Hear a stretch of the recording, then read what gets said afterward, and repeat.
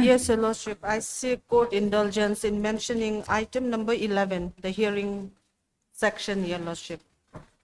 If this matter may be taken up after vacation, that is on 29th July.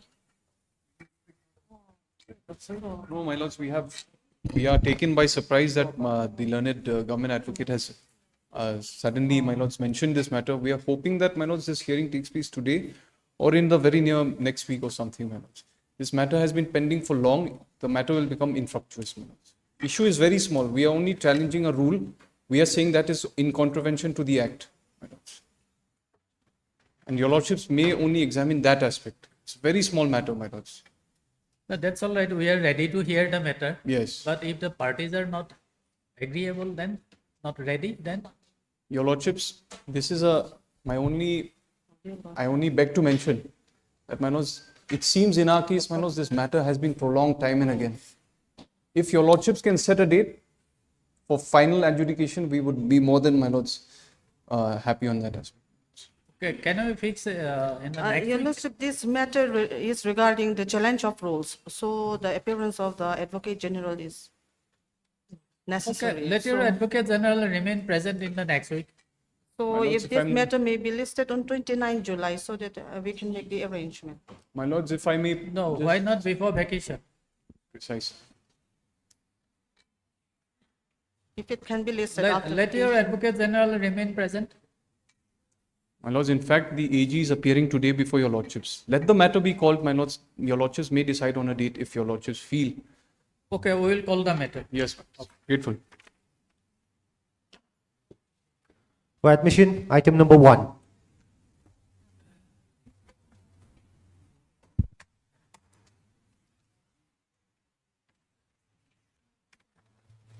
Yes, Lordship, as per the last court's order, NHIDCL and state were supposed to submit their affidavit. Your Lordship, if I may be given another 2 weeks' time to file my affidavit.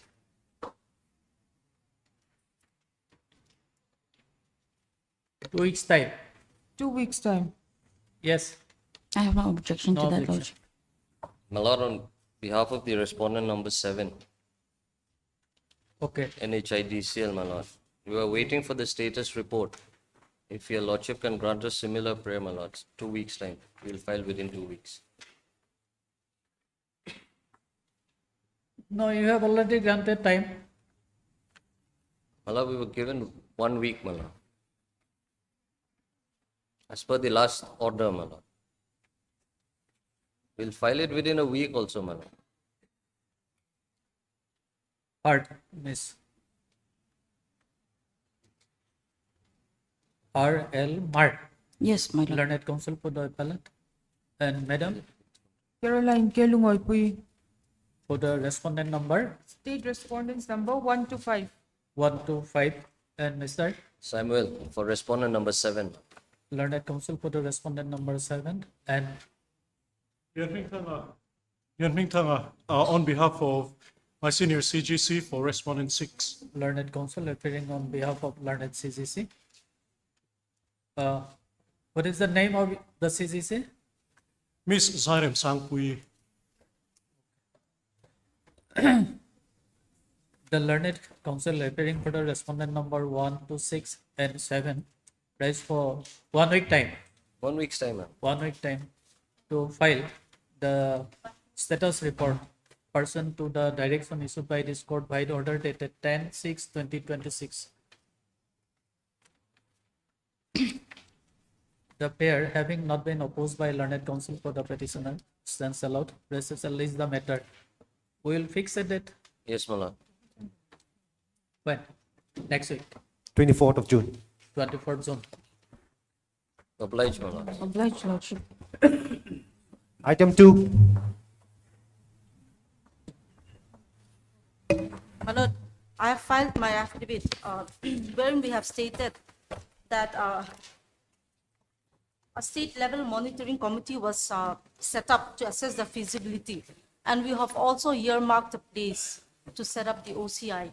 My Lord, the setup will be held at the location where the district jail is situated at the present. This district jail will be shifted to a new location. And thereafter, in this location, my lord, will set up the OCI. Your Lordship, if I may take your Lordship to page 104 of the PIL, Your Lordship, certain directions have been passed by the Honorable Supreme Court at page para 73, Your Lordship.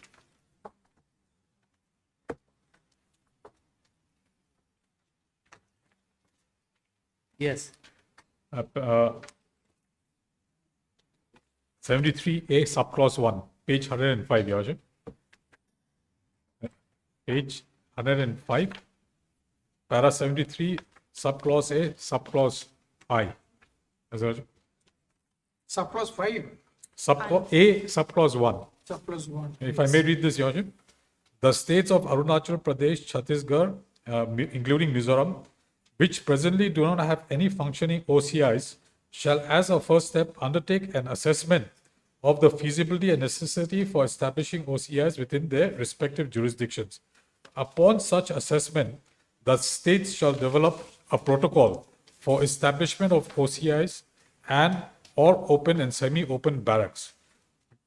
The protocol shall inter alia address issues relating to land allocation, extent of land, infrastructure, development, construction, staffing, security arrangements, and operational modalities. Where the establishment of standalone OCIs is found to be infeasible for valid and recorded reasons, the concerned state shall be duty-bound to create open and or semi-open barracks within existing closed prisons situated within their territorial jurisdiction, so as to ensure that prisoners are not denied access to reformative correctional facilities. So, here, if I may take your Lordship, the protocol has to be developed, Your Lordship. Voiced. And No, if I, Mr. Malhotra, you say yes, direction of this court and also of Supreme Court was to make an assessment about feasibility and the necessity. yes, To ascertain the feasibility, they have constituted one committee. yes, The committee is perhaps working now. yes. Yes, Your Lordship. If I may take it Lordship to page 129. Page 129. And F, compliance and monitoring.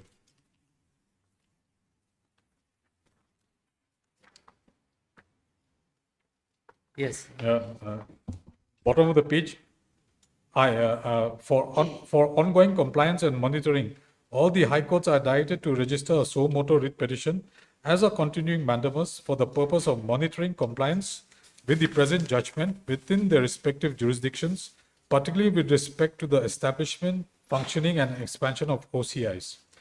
2. To facilitate effective implementation at the executive level, every state and union territory shall constitute a monitoring committee for the management of OCIs to be headed by the executive chairman of the State Legal Services Authority or his nominee, including a former judge of the High Court, with the following members. And at page 132, Your Lordship, clause 6. The state committees shall submit status report to the concerned High Court on regular quarterly intervals, detailing the steps taken towards compliance with the directions issued herein, utilization and expansions of OCIs, and any difficulties encountered in implementation of the directions issued by this court. The first such status report shall be placed on record before the concerned High Court on or before 21st of August. So, I mean, they have to submit a status report. So, let this matter come up again after 21st of August, because the State Monitoring Committee has to submit the status report to the Honorable High Court on or before 21st August. And then the status report has to be forwarded, Your Lordship, to the Supreme Court on or before 31st of March 2027.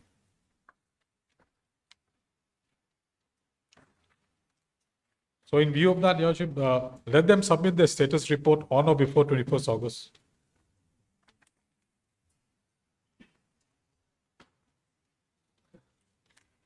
But Madam, you say Yes, madam.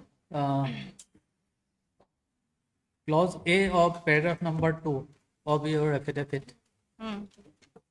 Yes, It my lord. is stated that the state level monitoring committee to assess its feasibility. Yes, my lord. But there is a direction to assess the necessity also. Mhm.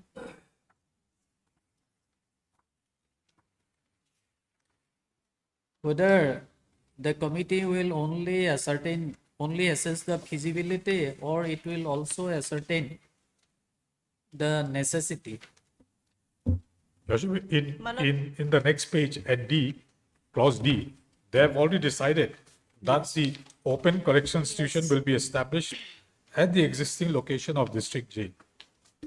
So it is decided by them that they're going to open the OCI. But they have to establish a protocol, Your Worship. And if your Lordship will see at the page 30, last page of the affidavit filed by the state.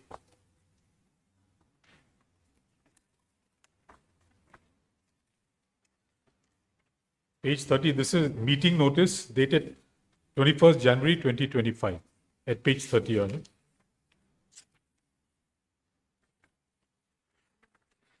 Affidavit filed by the state. This is a meeting notice dated 21st of January 25.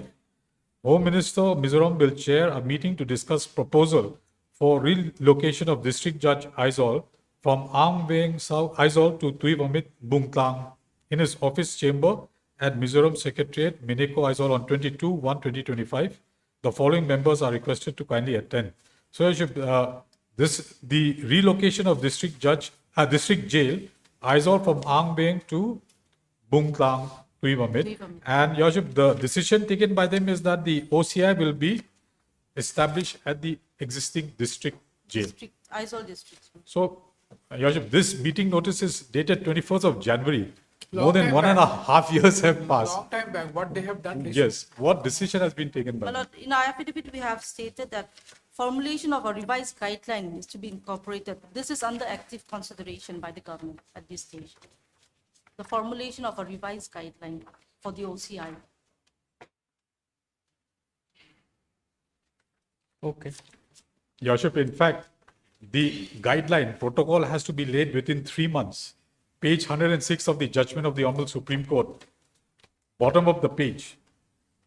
B. The said protocol shall be placed before the monitoring committee constituted in each state under direction F within a period of 3 months from the date of this judgment. This judgment was passed by the Supreme Court on 8th of April 2026.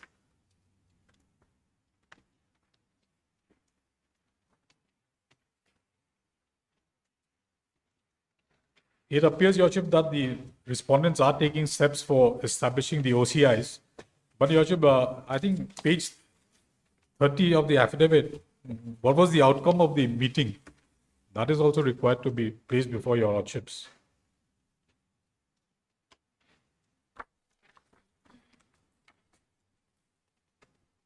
Okay. On next day, you My lord, next day I'll try to give an update, my lord. And regarding the revised guideline also, Your Worship, they are saying Lord, that in it our is being affidavit- formulated.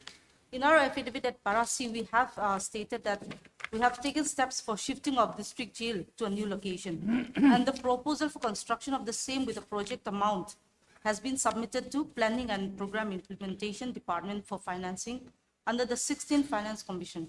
So the outcome, my lord, I'll have to get an update on this. okay. So, before the date fixed by the Supreme Court, 21st of August 2020. 21st of August, you have to flash before this court Yes, the my lord. status report. Yes, my lord, let it be listed before that, my lord. We'll give an update. Heard, Mr. A.R. Malhotra, learned. You are amicus here, I'm appearing for the High Court, Your Worship, standing counsel for the Aizol bench, Gauhati High Court. learned standing counsel for the Gauhati High Court, Aizol bench.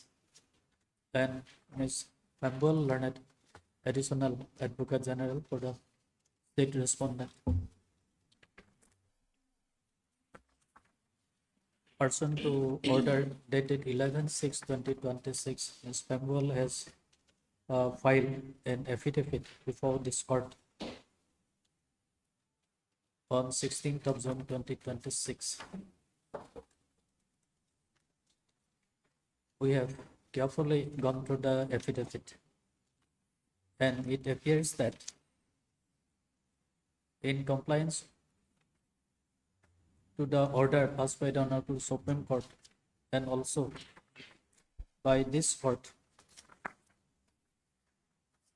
the state respondent has taken following initiative. Number A,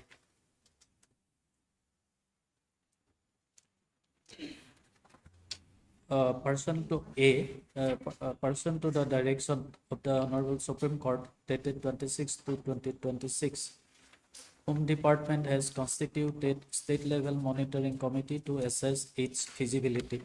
Number B, two guidelines for the operation of OCI are contained in the Mizoram Prison Manual 2017. Formulation of a revised guideline to be incorporated in the manual is under active consideration of the government. Number C, that the government of Mizoram has taken step for shifting of district jail Aizawl to a new location. The proposal for construction of the same with a project cost amounting to rupees 20 crore 77,77,000 had been submitted. Planning and Program Implementation Department for financing under the 16th Finance Commission. And number D, that the open correctional institution will be established at the existing location of district jail Aizawl upon completion of the aforementioned exercise.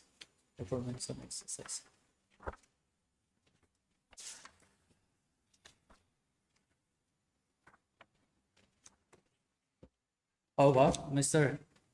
Malhotra, learned standing counsel, Gauhati High Court, Aizawl bench, taking this court through the order of the Honorable Supreme Court dated 8/4/2026. Sorry, Yashuk,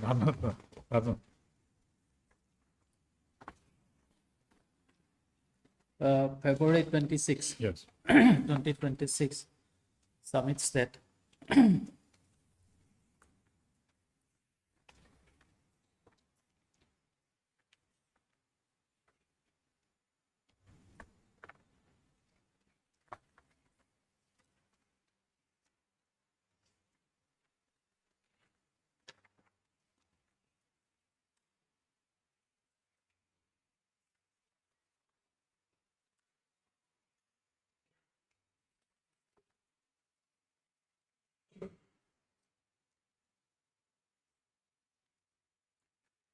the committee formulated has to furnish the first status report before this court on or before 21st of August 2026.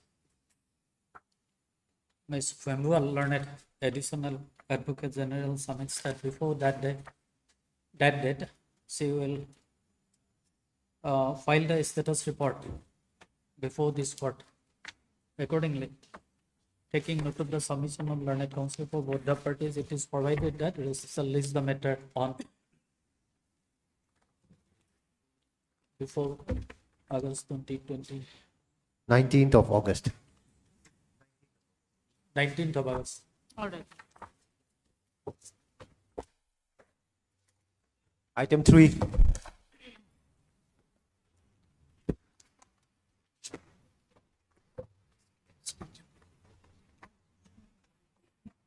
My lord, in item 3, we have filed our affidavit yesterday.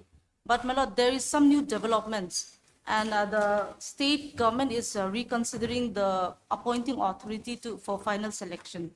So my lord, if I may be allowed to file an additional affidavit within a week, my lord. And the matter can be listed in the first week of July for final hearing. Last week of July. First week of July. Last week of July. It is Okay. Holiday is the First, next. second, and third is. Okay. Yes. I have some difficulty. The matter can be listed after 17th July. 17 July. Okay. Third, Mr. Zain, Karthik Jain minutes. learned counsel petitioner. And Ms. Fembol, learned additional advocate general for the state respondents. Ms. Fembol submits that she may be granted some time to file an additional affidavit. Yes, madam. Fair allowed, recess and list the matter.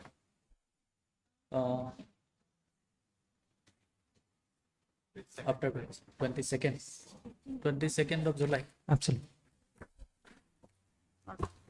Obliged minutes. Item 4.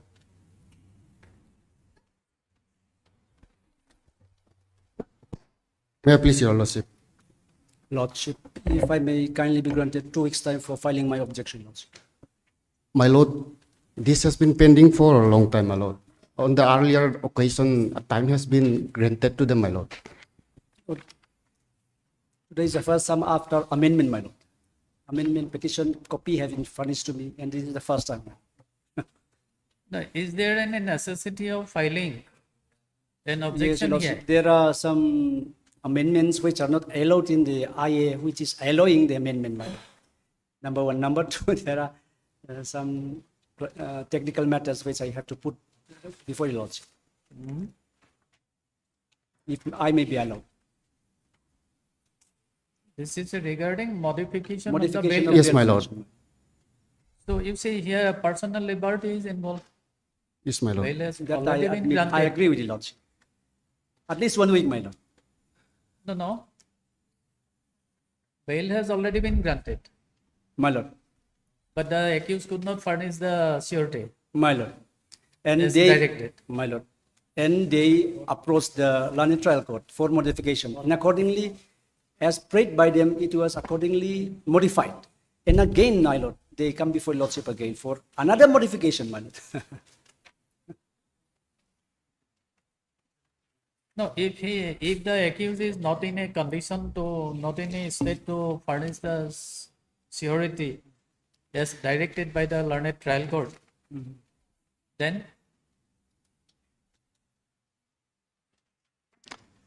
The offense herein, my Lord. no, you invoked see, herein is there any necessity of filing an objection petition here?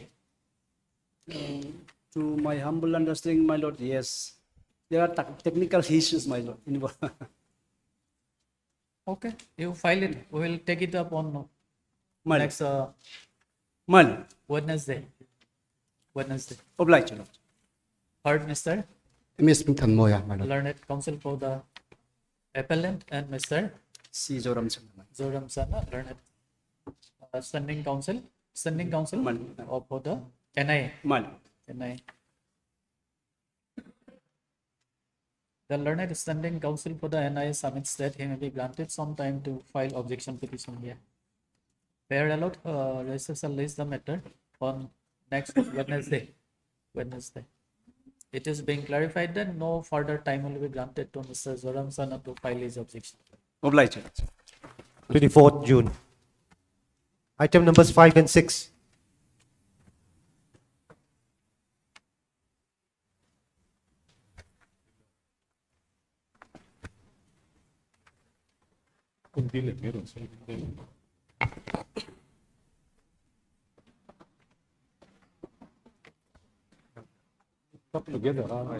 My lord, item 5 and 6, my lord, I'll have to seek some more time, my lord.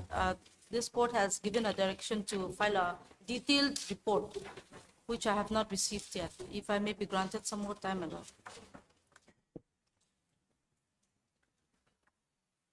Madam, see, this writ petition is pending since the year 2020. Yes, my lord. We I are in understand. 26 now. Mhm. Yes, Mr. Malhotra, any objection? If your lordship will see the order dated 23rd of January, number of 23rd of- directions were given. 23rd of January. Of 20 this year? Yes, of this year.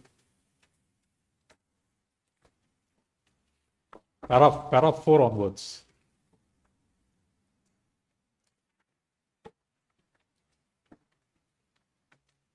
Para 4 onwards. Yes.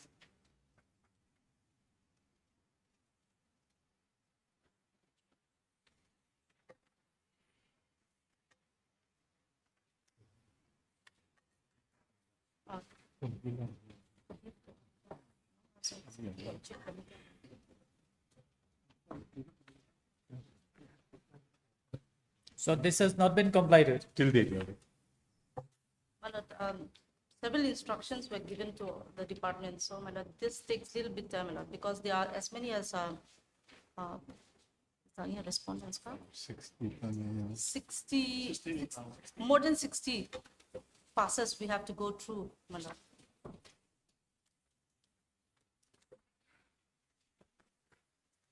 Okay, then we will list the matter after vacation. Yes. In the meantime, they can do the move. Heard.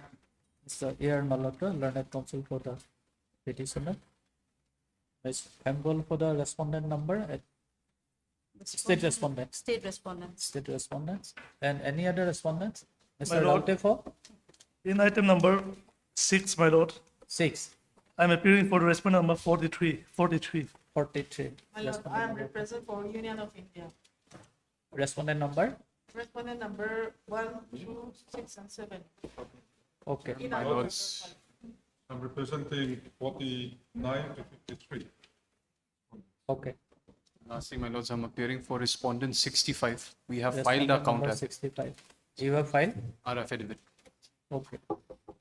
My lord, I'm appearing for the petitioner in item number 5 and some of the respondents in item number 6. my lord. Okay. You give in a piece of paper, Paper. give in writing in a piece of paper. Yes, my lord.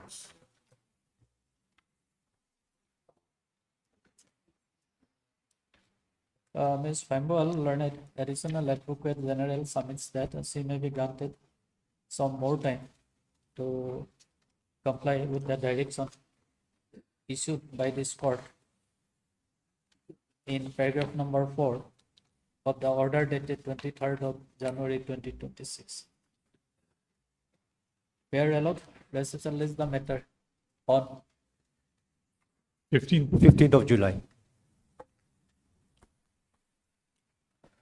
same order in item number 6 also. Yes. For orders, item 7.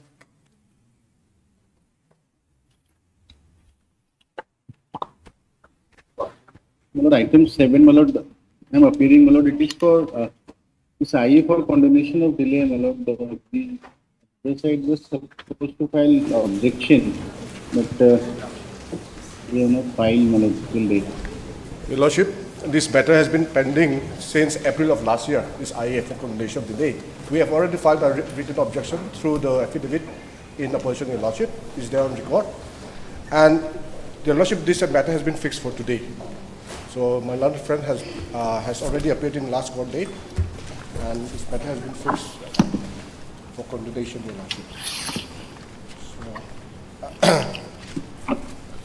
You have filed your objection here. We have already filed long time Already back, Your filed. Lordship. Long time back, Your Lordship. Mr. Gupta, you are ready to argue the matter? Copy, my lord, I have not received the copy, my lord. You have not received the copy. It has already been served, Your Lordship. It is not good. You furnish a copy to him. Furnish a copy to him. Your Lordship, we have been served to the applicants, and the applicants have to give it to the council. We have already served, Your Lordship. Mr. Gupta, My lord, so according to them, they have already furnished the copy. Lord, I have not received it, my lord, the council has to be served, my lord. Okay, we will list the matter on next Wednesday then. Next one, Your Lordship. Heard Mr. Gupta. Or a learned scan counsel for the copy, my lord, you can submit the scan copy also, my lord, that will also suffice, my lord. If I may No, you- request you- the council. You contract your parties. They have Lord, already I- furnished copy of the same. To the department directly, my lord. Yes. You have furnished the copy to the department. Yes, Your Lordship. Your Lordship, I can send him the scan copy through Serve WhatsApp to the also if you council, want. my lord, because If it is he our needs. appeal. Okay. Understand? So they have to serve it to the council, not to the department. This is Union of India. It's Union of India, and they have an office here, Your Lordship. The applicant number 2 to 5, they have an office here in Aizawl. No, it has to be served to the council, my lord, not to the office. Okay. And also heard, Mr. Your name, please? Jonathan L. Simon. Learned counsel for the respondent, opposite parties. Mr. Gupta, learned counsel for the respondent, opposite parties submits that he has already filed his objection in this application. But Mr. Gupta, learned CGC, submits that he has not received a copy of the same. The learned counsel for the respondent opposite party undertakes to furnish scanned copy of the same to Mr. Gupta during the course of the day. Yes, Your Lordship. During the course of the day. Accordingly, it is provided that recess shall list the matter on next Wednesday. 24-6. Item 8,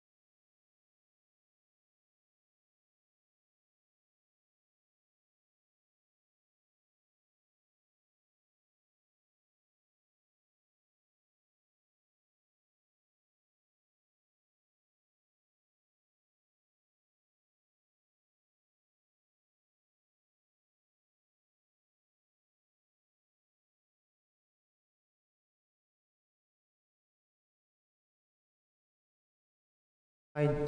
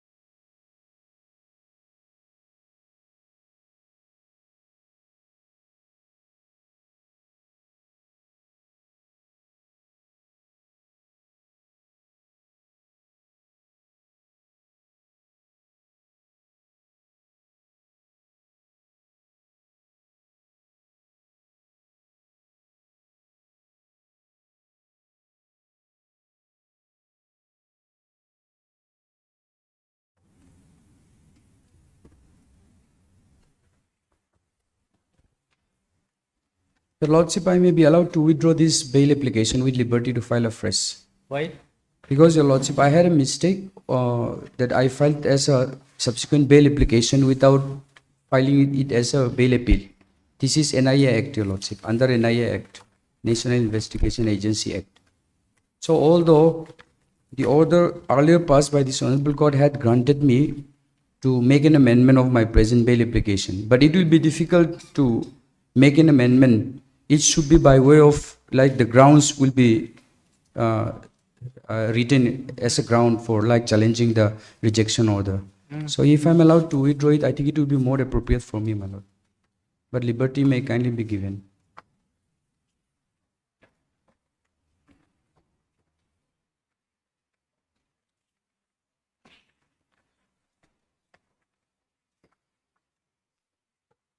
Okay, heard, Mr. Bill Rame. Learned counsel for the applicant, and Mr. C. Jaram Sana, Lordship. C. Zoram Sana, learned standing counsel for the NIA. And you? This is only assisting me, my. Okay, okay. The learned counsel for the applicant submits that he may be allowed to withdraw this application with a liberty to approach this court again by filing appropriate petition. Accordingly, taking note of the submission from learned counsel for the applicant. Any objection? No objection, Lordship. And having not been opposed by the learned counsel for the respondent, this application is then disposed of on withdrawal. However, liberty will remain with the applicant to approach this court again by filing appropriate petition. Much obliged. Item 11 for hearing.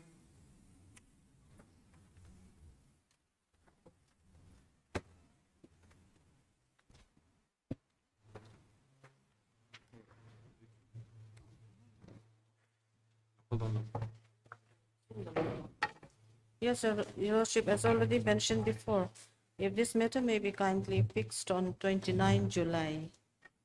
29 July. My lords, for some reason, Can we fix it before vacation? No, Your Lordship, if it is possible after vacation, if it is on 22nd, at least 22nd of July.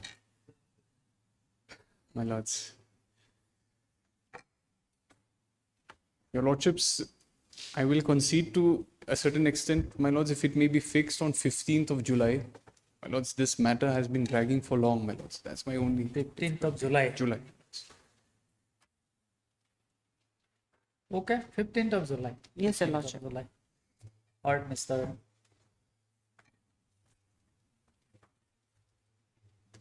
Learned counsel for the petitioner.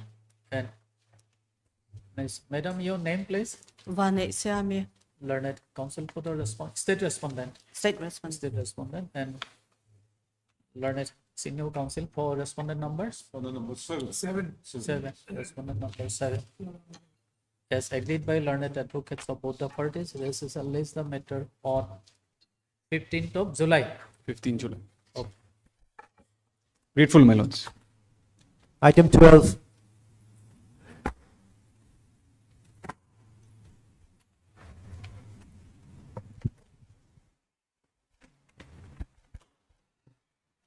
My lords, here is a case where the appellant has been convicted, my lord, for life imprisonment. Even though he has been convicted under section 304, my lord, IPC, he's been given life sentence. So the limited prayer he has made, my lord, in this jail appeal, if your lordships will see the petition, is for reduction of his sentence. If your lordship will turn to the appeal memo, if your lordship will come to page number 50, this is the relevant portion. Page number 50 of the paper book.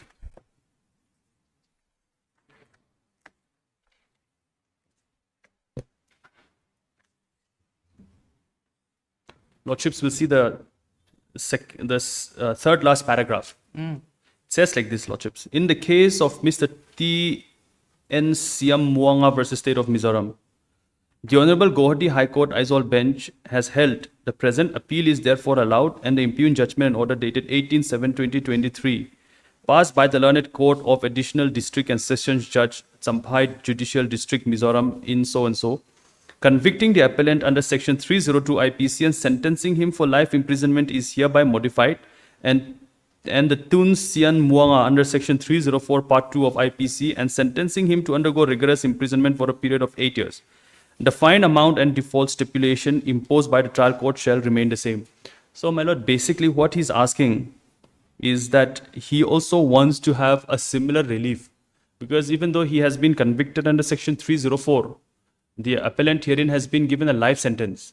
So his limited prayer, my lord, as can be seen from this appeal memo, is, my lord, he wants to have a lesser sentence. And that is basically what he has prayed for, my lord. Now, the ground on which, my lord, we are claiming, I am on behalf of the appellant, my lord. No, you have been convicted under section 304. 304. Here the accused has been convicted under section 304 part 2. Correct.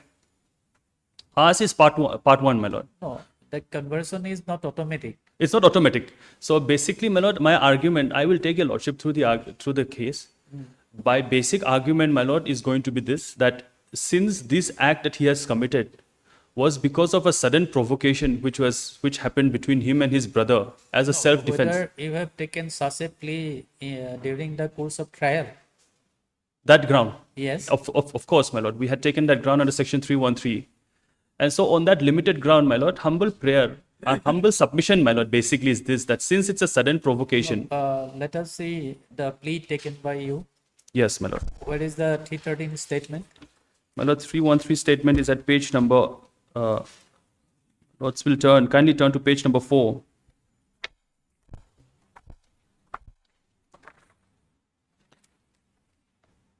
Only two questions were asked. Lordship's at page 4. Lordship, the first question which was asked was, the evidence against you is that on 10/11/2020 at 1:15 p.m. assaulted and murdered your elder brother Sri Lalram Mwana by hitting him on his head several times with an axe while he was sleeping on his bed. Is it true? And the answer is yes, it is true. What do you have to say regarding the allegation made against you? The deceased was my half brother. He was bigger and stronger than me. On the occasion complained of, I and he had quarreled from the morning. He tried to knock me out of the house. By the moment of the incident, he picked up gun and attempted to shoot me. After the tension of quarrel was a little bit subsided, he was lying down on the bed, but he still had an intention to kill me. Sensing his intention and in order to take private defense, I pick up one subject which I thought a stick belonging to my father. With that object, I did strike him 4 times. The object which I thought to be a stick of my father was not as I thought, but it was a mizo shribui axe. With that weapon, I did the offense of killing him by striking on his head. He was instantaneously died on the bed. It was rightly a private defense since he was much stronger and bigger than me. So he has taken this stand. My lord, basically what happened was... What is the time gap? The time gap between the death and the striking. No. Between the fighting. Fighting, yes. No, according to his other statement, but that statement is not admissible 164 because it was not asked in section 313. But nonetheless, what he had stated, my lord, there was, he had a fight in the morning with his brother, and then his brother had hit him almost unconscious. They had a fight. He was a younger brother, so his brother had hit him and he had gone out visiting his friend. And when he came back, his brother who was lying on the bed was trying to pick up a gun according to him. And so sensing that his brother was going to get this gun, he took the axe. As per FIR, he was sleeping. Because the FIR was written, my lord, by his sister who was not present. Her evidence is also there, PW number 1. She was absent during that time. So it's hearsay. That FIR statement, my lord, is basically hearsay. So there is no direct witness, basically, my lords. There is no direct... Here also it is stated that he was sleeping. You have not disputed that. No, of course. But sleeping in the sense, my lord, there are 2 types of sleeping. One is lying down on the bed. The other one, my lord, is when someone is lying on, when one is... So lying on a bed means there is no provocation. What was the provocation there? So the argument he has taken, my lord, is that... You had a fight in the morning and you come back in the evening and you kill somebody. Is it sudden provocation? Sudden provocation, my lord, in the sense... If some sudden provocation, my lord, and also private defense according to him. In the sense, my lord, this is how I understand. My lord, someone might be... Private defense you're talking about. Somebody is sleeping and you're thinking of private defense. No, my lords, but if someone is sleeping with a gun nearby, and if he's going to pick up that gun, my lord, of course, it's a different matter, my lord. If there was no gun, if he was only lying down harmless, then it's a different matter also, my lord. There are 2 situations. One is a situation where a person is lying on the bed, and there is absolutely no weapon beside him. But the other one, my lord, is he has the gun. My lord, gun, you don't need to do any kind of standing up. You have to only shoot. And he was afraid that he was going to get shot, according to him, my lord. So this is basically, my lord, this is how the case has happened. Let me try and explain, my lord. So there was no direct witnesses. The only direct witness, my lord, was supposed to be his father, who was supposed to be PW number 2. Now he did not turn up in court. So there was PW number 1 who had written the FIR, that's the sister. And then it goes on from PW number 4 up to PW number 13, my lord, if I have not missed, PW number 15. Now the only statement, my lord, we have with respect to this particular incident, with respect to the fight, my lord, is the statement under section 313. He has admitted, my lord, that he has killed his brother. And he has not denied this fact. And then there is no denial, absolutely. The only thing he has mentioned is that, my lord, he had done this as an act of private defense because he was at that moment suddenly provocated by the fact that his brother was going to take up a gun. Of course, my lord, I admit to this fact that the fight happened in the morning. But that picking up of the gun this is his version, my lord. I'm not even going to say that there was anything more. This is his version. He was picking up a gun. The moment he felt his brother was picking up a gun, he took the stick, which he thought was supposed to be a normal stick, and hit him with that stick, which turned out to be an axe. And this is the only statement we have which could at all be considered by the court, my lord, in order to come to this conviction. And the trial court, my lord, came to this finding that this was a private defense. And therefore 304, it went down from 302 to 304. Now but the sentence aspect, my lord, is where this person has come to this court saying that since it's 304, it should have been less than a life sentence. He is basically relying on that case where he says 8 years. So, how long you were behind the bar? My lord, on the day of the sentence, he had been in prison for more than 3 years. More than 3 years. For more than 3 years. So that was, the conviction happened, my lord. I think it was, the judgment was on... No, he is 2024. languishing in jail since the date of his first arrest, or he was on bail? He was arrested, my lord, because in the sentence it's written that he was already in prison for 3 years. Okay. When the judgment was pronounced? The judgment was pronounced on 5/11/2024. 2024. And when he was arrested first? My lord, he was arrested on the day the FIR was filed, which was on 10/11/2020. 2020. Correct, my lord. So almost 6 years elapsed. Yes, since from the date of arrest till today, my lord.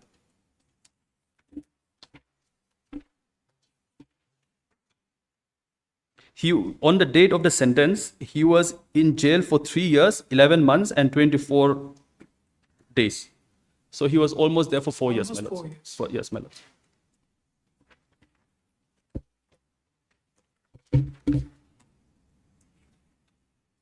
If your lordships will see the PW number 1, just take your lordships through it. Except the 313 statement, you have not adduced any evidence.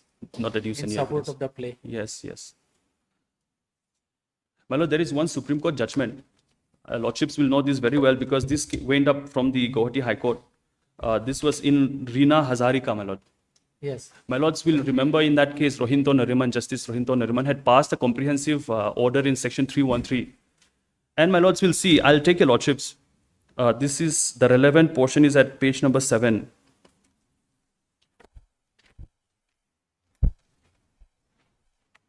This is paragraph number 16, my lords, at page number 7.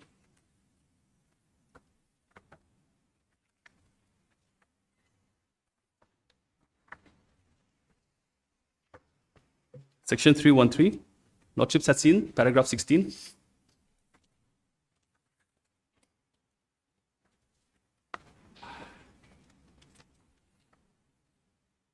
Yes. Lordships, it's written like this. Section 313, Code of Criminal Procedure cannot be seen simply as part of odi alterum partem.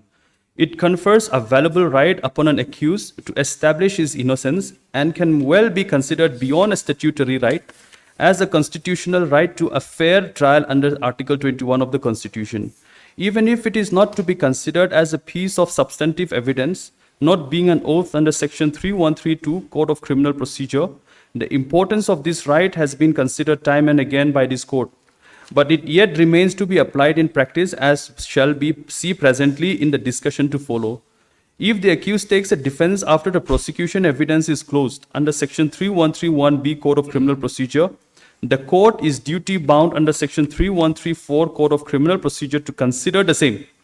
The mere use of the word may cannot be held to confer a discretionary power on the court to consider or not to consider such defense, since it constitutes a valuable right of an accused for access to justice and the likelihood of the prejudice that may be caused thereby. Whether the defense is acceptable or not, and whether it is compatible or incompatible with the evidence available is an entirely different matter. If there has been no consideration at all of the defense under section 313 Code of Criminal Procedure in the given facts of a case, the conviction may well stand vitiated. To our mind, a solemn duty is cast on the court in dispensation of justice to adequately consider the defense of the accused taken under section 313 Code of Criminal Procedure and to either accept or reject the same for reasons specified in writing.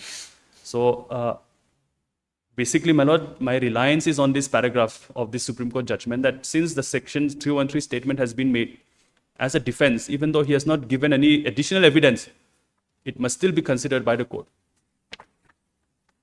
It's almost akin to a defense given under oath, my lord, according to the Supreme Court. How the trial court has dealt with the issue? Yes, my lords, if your lordships will come to the judgment, which is at page number 30. Lordships, I'll take your lordships straight to the relevant portion.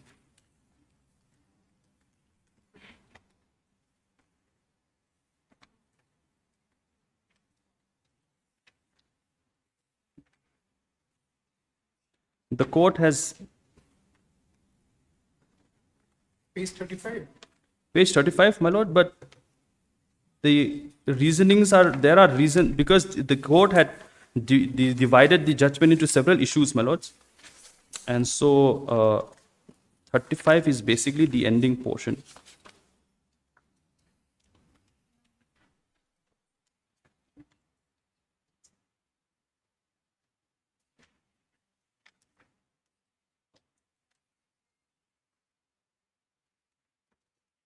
The court said there was no premeditation, my lord, paragraph number 14 and 38.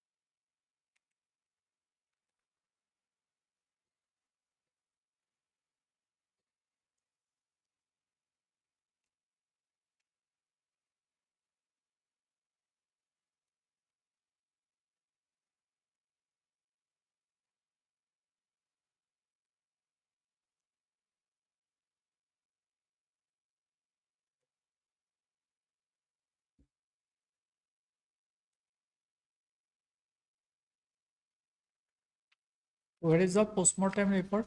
My lord, said post-mortem report is at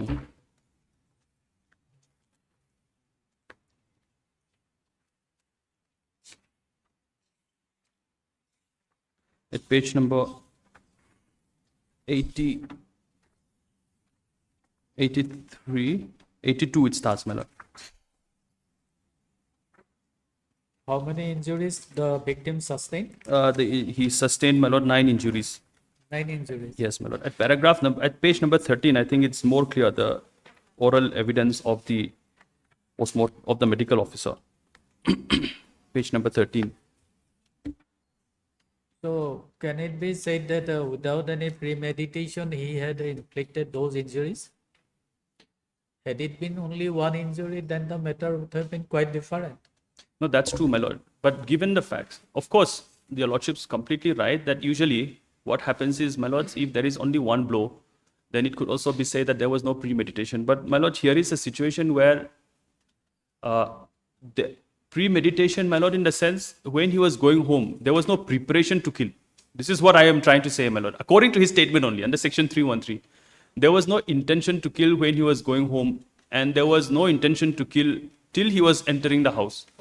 But then when he saw his brother picking up the gun, I mean, when he felt like his brother was picking up the gun, then only he took action. So in that sense, my lord, my supposition is that there is no premeditation. Only because of that factual situation, my lord. Of course, he has given multiple blows, my lord, and it is quite disproportionate, the number of blows he has given. But then, my lord, that itself, in the factual situation here, would not conclude that there was premeditation. That's my humble submission, my lord. And that's your submission, all right, but how can we accept that has to be examined? Because the victim was sleeping at the relevant point of time. Yes. As many as 9 injuries were inflicted upon him. Correct. Had he inflicted only one injury? But my lord, there are two things. Let me again point out, my lord, is that if your lordship will see question number 2, he had mentioned that he had only hit his brother one time. Now, No. The doctor was examined. the doctor was examined, but the doctor did not see them hitting. Pardon? My lord, what happened was the doctor examined the victim, and of course the doctor found nine injury marks. Then? Now, these 9 injury marks, my lord, there is no absolute proof beyond reasonable doubt that it was inflicted by the accused person. That's what I'm trying to say, my lord, because the only direct evidence available, the father, did not come forward. And the only admission made, my lord, is he hit him one time. You yourself say that you striked him, we striked him many times. You see there, I picked up the object with, I thought so and so, with that object, I did strike him 4 times. What does it mean? My lord, the spelling, it must be, if it's 4. This is very clear, Mr. Counsel. 4 It's just times. yes, 4 times. It's just the spelling is. This is not spelling. This is not means something wrong with the writing. Yes. This is a clear indication. Yes. So You cannot avoid that. yes. So if it's 4 times. 4 times. Yes. F-O-R. 4 times. That means it can be 1. It can be 2 times. It can be 3 times. It can be more than 9 times or 10 times also. You can't say that. 4 times, yeah. In 4 that sense, times. yes. It's not 4 times. It's 4 times.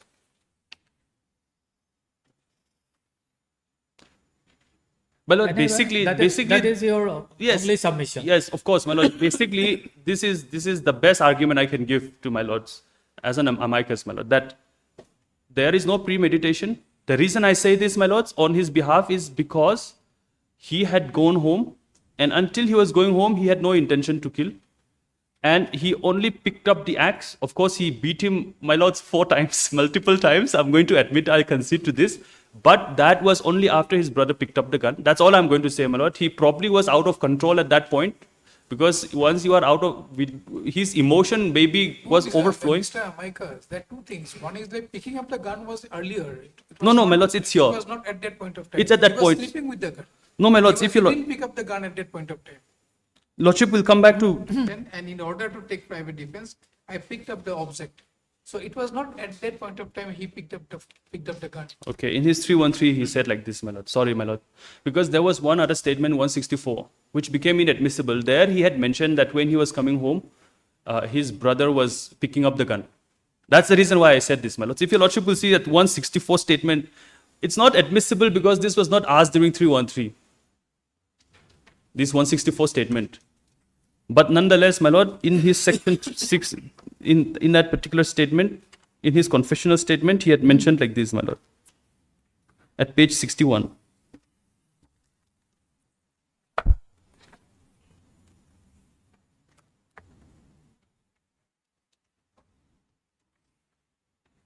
My lords will see page 61, first 2 paragraphs, the next day it starts.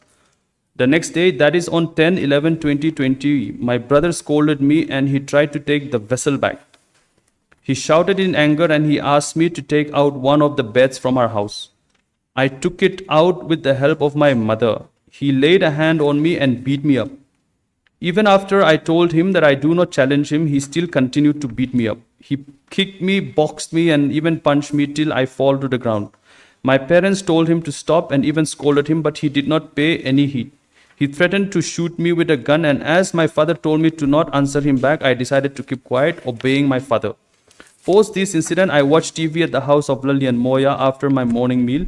I went home to eat my afternoon meal, and I even had to take painkiller for the headache and that I had on account of my brother's physical abuse.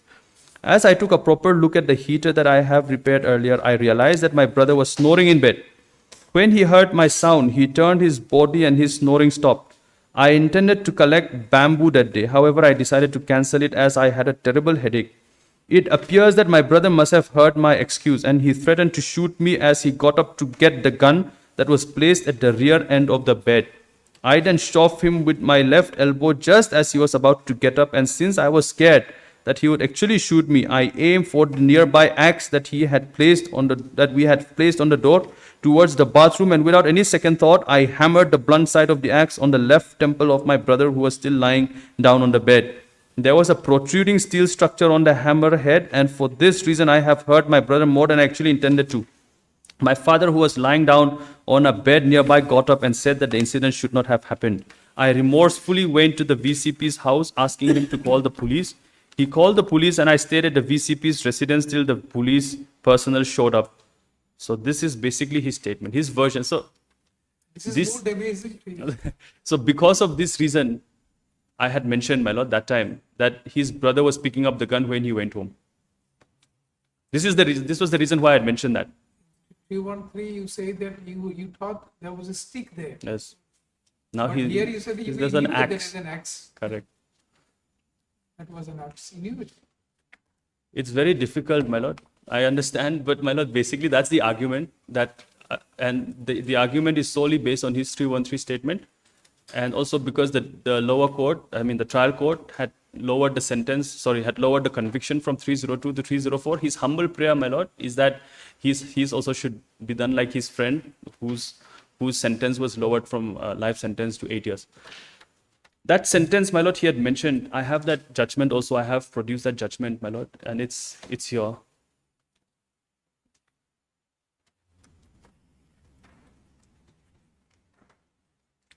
Which one? My lord, the Gauhati High Court judgment he had relied upon in his. This one was in Tun Siang Muanga, Criminal Appeal number 40 of 2023.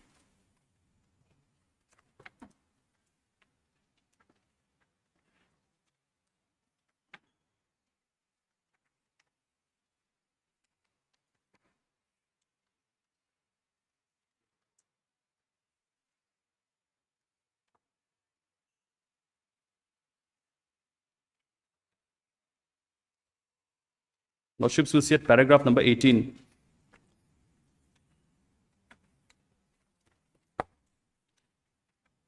Page number 16. It says like this, Lordships. On analysis of the evidence adduced by the prosecution witnesses, it is seen that PW1 saw the dead body of the deceased victim when it was placed in the coffin. PW number 2 only heard the accused appellant admit in the police station that he had hit his brother 5 or 6 times. So even in this case, hitting was done 5 or 6 times on his head by using a spade, a plow. PW2 had further stated that he heard the accused appellant saying that he hid the weapon used for murder under the kitchen sink. PW numbers 3 and 4 are the seizure witnesses in the seizure of a plow and a pair of short pants of the accused appellant. PW5 is the case IO who based its findings from what was stated by the accused before him, the seizure of the plow.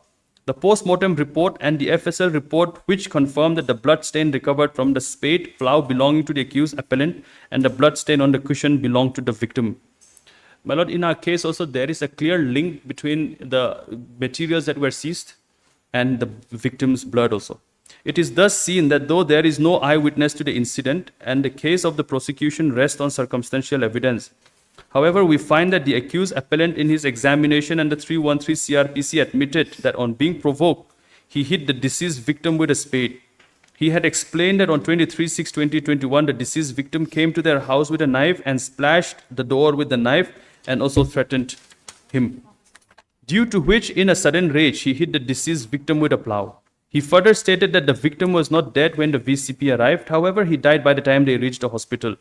I'll not read this Supreme Court judgment I had read, my lord. Paragraph number 20.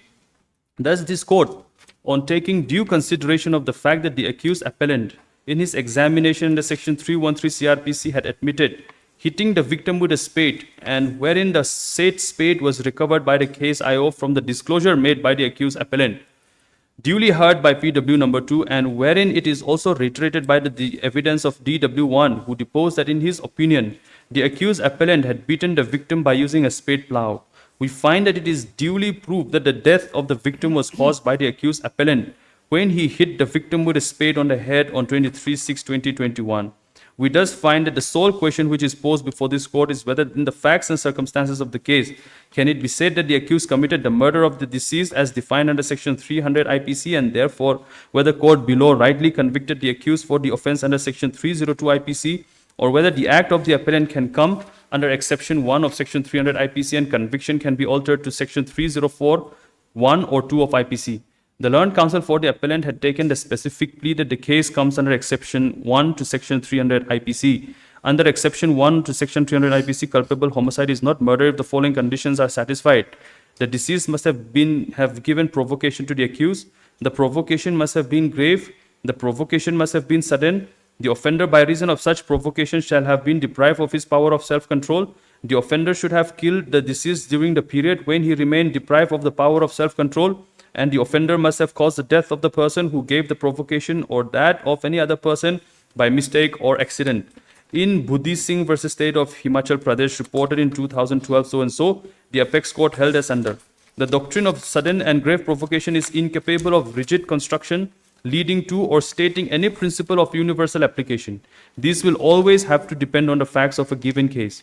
While applying this principle, the primary obligation of the court is to examine from the point of view of a person of reasonable prudence if there was such grave and sudden provocation, so as to reasonably conclude that it was possible to commit the offense of culpable homicide, and as per the facts, was not a culpable homicide amounting to murder. An offense resulting from grave and sudden provocation would normally mean that a person placed in such circumstances could lose self-control, but only temporarily, and that too in proximity to the time of provocation. The provocation could be an act of or series of acts done by the deceased to the accused, resulting in inflicting of injury. Another test that is applied more often than not is that the behavior of the assailant was that of a reasonable person. A fine distinction has to be kept in mind between sudden and grave provocation resulting in sudden and temporary loss of self-control and the one which inspires an actual intention to kill. Such acts should have been done during the continuation of the state of mind and the time for such person to kill and reasons to regain the dominion over the mind. Once there is premeditated act with the intention to kill, it will obviously fall beyond the scope of culpable homicide not amounting to murder. In so and so, the apex court held that exception 1 to 300 sustained provocation principle. The last provocation has to be considered in light of the previous provocation acts or words serious enough to cause the accused to lose his self-control. The cumulative or sustained provocation test would be satisfied when the accused's retaliation was immediately preceded and precipitated by such sort of provocative conduct which would satisfy the requirement of sudden or immediate provocation. This principle does not do away with the requirement of immediate or the final provocative word, act, words, or gesture.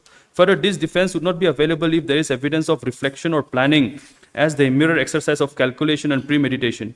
The provocation may be an act or series of acts done by the deceased to the accused resulting in inflicting of the injury.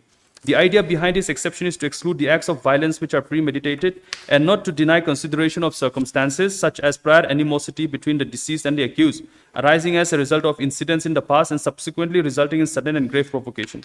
Thus, the gravity of the provocation can be assessed by taking into account the history of the abuse and need not be confined to the gravity of the final provocative act in the forms of acts, words, or gestures. To take the plea of exception 1 to section 300, act of provocation and loss of self-control must be actual and reasonable. The law attaches great importance to two things when defense of provocation is taken. First, whether there was an intervening period for the passion to cool and for the accused to regain dominance and control over his mind. Secondly, the mode of resentment should bear some relationship to the sort of provocation that has been given. The retaliation should be proportionate to the provocation. The first part lays emphasis on whether the accused, acting as a reasonable man, had time to reflect and cool down. The offender is presumed to possess the general power of self-control of an ordinary or reasonable man, belonging to the same class of society as the accused, placed in the same situation in which the accused is placed to temporarily lose the power of self-control. The second part emphasizes that the offender's reaction to the provocation is to be judged on the basis of whether the provocation was sufficient to bring about a loss of self-control in the facts situation. Here again, the court would have to apply the test of a reasonable person in the circumstances. While examining these questions, we should not be short-sighted and must take into account the whole of the events, including the events on the day of the fatality, as these are relevant for deciding whether the accused was acting under the cumulative and continuous stress of provocation. The burden of prosecution to prove the guilt of the accused should not be mixed with the burden on the accused of proving that the case falls within an exception. However, to discharge this burden, the accused may rely upon the case of the prosecution and the evidence adduced by the prosecution in the court.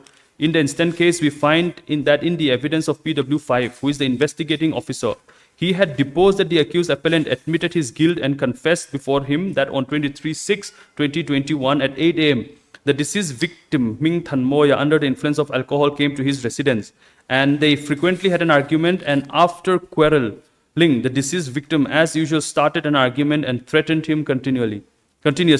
In retaliation, he took a spade, bong to claw, and hit the victim who was lying down on his long chair on his head. This statement of the appellant said to be made before the case IO is consistent with the explanation of the accused appellant recorded under section 313 CRPC, wherein he stated that the deceased victim was his younger brother and was physically stronger than him and used to threaten to kill him. On 23/6/2021, he had come to their house with a knife while they were eating food and threatened him again. On such provocation, he lost his mind and hit him with the plow due to sudden rage. He had further explained how on previous occasions the deceased victim had stolen his properties, which caused him to be in a state of constant agitation and trauma. His statement is also again corroborated by the evidence of DW1, who is the elder brother of the accused appellant and the deceased victim. Okay. Here, you have not adduced any evidence in your defense. Yes. In our case, you have not adduced any evidence in your defense. No, only 313 statements. And you have also submitted that this 164 statement, it is not admissible. Yes. But whether you have retracted it. From section 164 statement. Yes. My lord, there is no specific evidence to show that he has retracted, my lord. Not retracted. Even in your 313 statement also you have not retracted. No. So nonetheless, why should we disbelieve this a confessional statement? The section 164 statement, my lord? Yes. No, because, my lord, the question is, because the only reason I say we cannot rely on the section 164 statement, my lord, is because of the Supreme Court's judgment. No, that's all right. In corroborating circumstances are that the medical evidence also supported. Correct. Supported the same. Correct. My lord, medical evidence is admissible. No denial on that. Yes. My lords, the only reason I say section 164 statement cannot be relied upon, my lords, is because of that judgment in Kalicharan and others. No, that is well settled. But here corroboration is there from the medical evidence. Correct. Since there is corroboration, my lord, there is no denial absolutely that he had killed. There is no denial that multiple blows were hit on the head. My lord, there cannot be any denial. The only reason he has asked for this reduction of sentence, my lord, is because his conviction was altered from 302 to 304 by the trial court, and there was no appeal against this. And the added ground that, my lord, I would like to place before this court is because, of course, in that judgment also it mentions, my lord, that it's not only in that spur of the moment, you have to take the cumulative effect of the incidents that happened before. So taking into that consideration, the only reason I say is there was some sort of provocation, and this provocation, my lord, of course, my lord, killing itself, my lord, is outrageous. But that provocation to a certain extent, my lords, my humble prayer on his behalf should be taken note of while considering his sentence. And so from life sentence, perhaps, my lord, maybe 15 years or when the benefit can be given to you, that is well settled. Yes. So whether you have satisfied those requirements.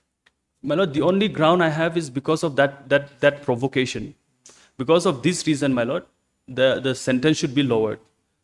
And my lord, in this respect, I rely on one Supreme Court judgment, where the Supreme Court also talks of, my lord, a provocation. These things have to be considered while You say the provocation must be sudden. provocation must be sudden, but my lord, in this judgment which I had just read, I mean, in the which was cited by this court, the court had fairly, my lord, the court had relied upon the Supreme Court judgment where the Supreme Court said, my lord, that provocation is not only that spur of the moment, but my lord, that cumulative events that happened from even before, they should be taken into consideration while considering the provocation. I mean, that's what the Supreme Court judgment says. But in your case, which was the last provocation? So, my lords, the last. In your case, he was sleeping there. There was no provocation from his side. So, yes. So, the last provocation in ours, my lord, was probably not sudden. That was the morning incident, according to his 313 statement. So, that is the only, that's the only provocation that was there for him. So, perhaps this judgment also cannot be relied upon, but my lord, that is basically the point that I want to raise, that there was an element of provocation. And now here in 313, it's not mentioned, but at least in 164, which could not be relied upon, he had at least mentioned, my lord, that when he was going home, his brother was picking up the gun, the weapon. And so that was enough in at least as per this case also. And also, my lord, the confession he had made. And also the fact that, my lord, he had that guilty feeling. He immediately went to the village council president's house for shelter, and then he was the one he did not flee. He was the one, my lord, who had given himself up to the police as well. So, my lord, all these things, my lord, shows that he is not, and he's not a regular offender. So it's a one time. This is the first time. Basically, these are the grounds on which, my lord, I'm praying for on his behalf for some sort of reduction, my lord, of his sentence. And my lords, if your lordships will kindly see this one judgment I have, my lord, this was reported. This was in Govindan versus State, represented by the Deputy Superintendent of Police, my lord. Judgment of the Supreme Court, my lord.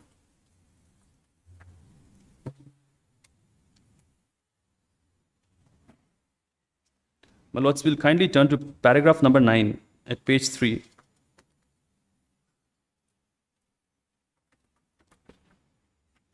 But this was, of course, on the spur of the moment.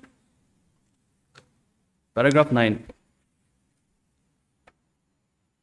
No, my lord, I'll read only paragraph number 11, lordships. I'll come to paragraph 11 only.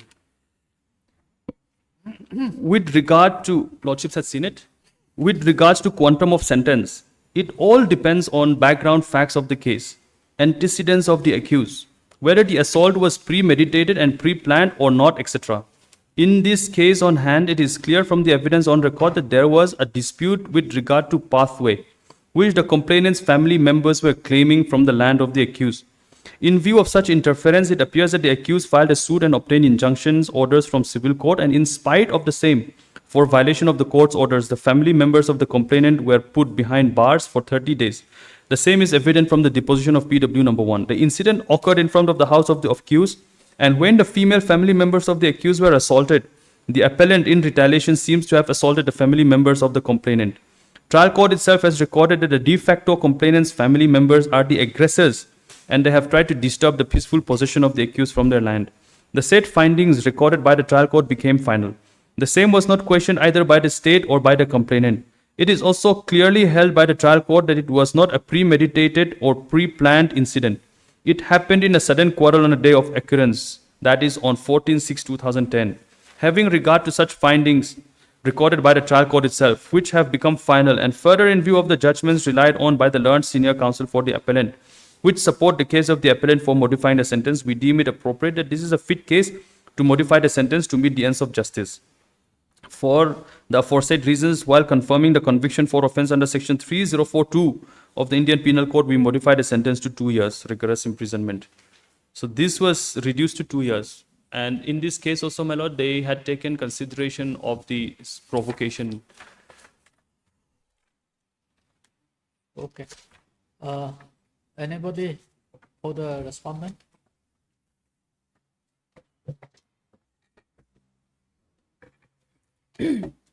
May it please your lordship.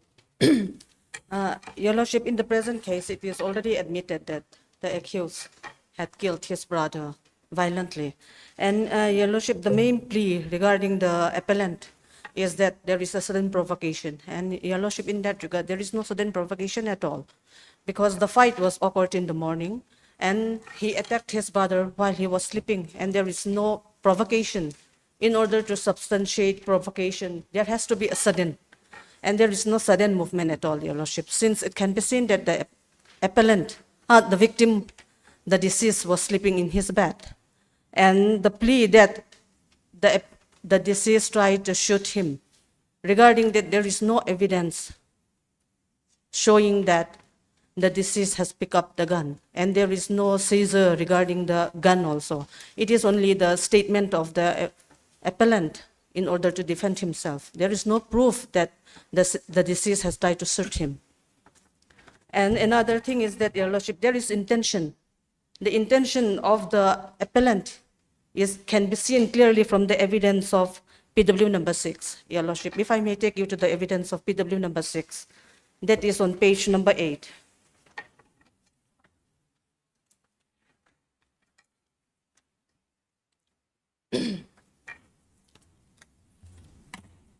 If I may read. Yes. I know the accused who is present before the court today. I am quite familiar with their family since his great-grandfather times. I know that his ancestor also used to involve in murder case. The victim in the instant case is the elder half-brother of the accused, same father but different mother. I used to employ the victim as a driver, and he is a good person. Even before the incident, I heard rumors that the accused Lal Chakima tried to kill the victim Lal Rammoya. Eventually, on 10th 11/2020 at 1 p.m., the accused had killed his elder brother by chopping him on his head with an axe while he was sleeping on his bed inside their house. And Your Lordship, if I may take you to the cross-examination part. Cross-examination point number 2.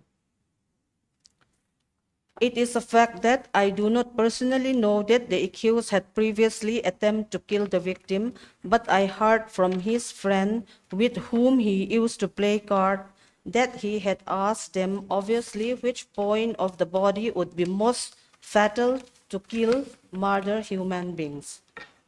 So, Your Lordship, it can be seen clearly that the accused had intention. There is a clear intention to kill his brother, Your Lordship. And from the weapon use and the nature of injury which he has inflicted to his brother, it clearly shows that there is intention to kill and attracting the culpability warranting the maximum punishment, Your Lordship.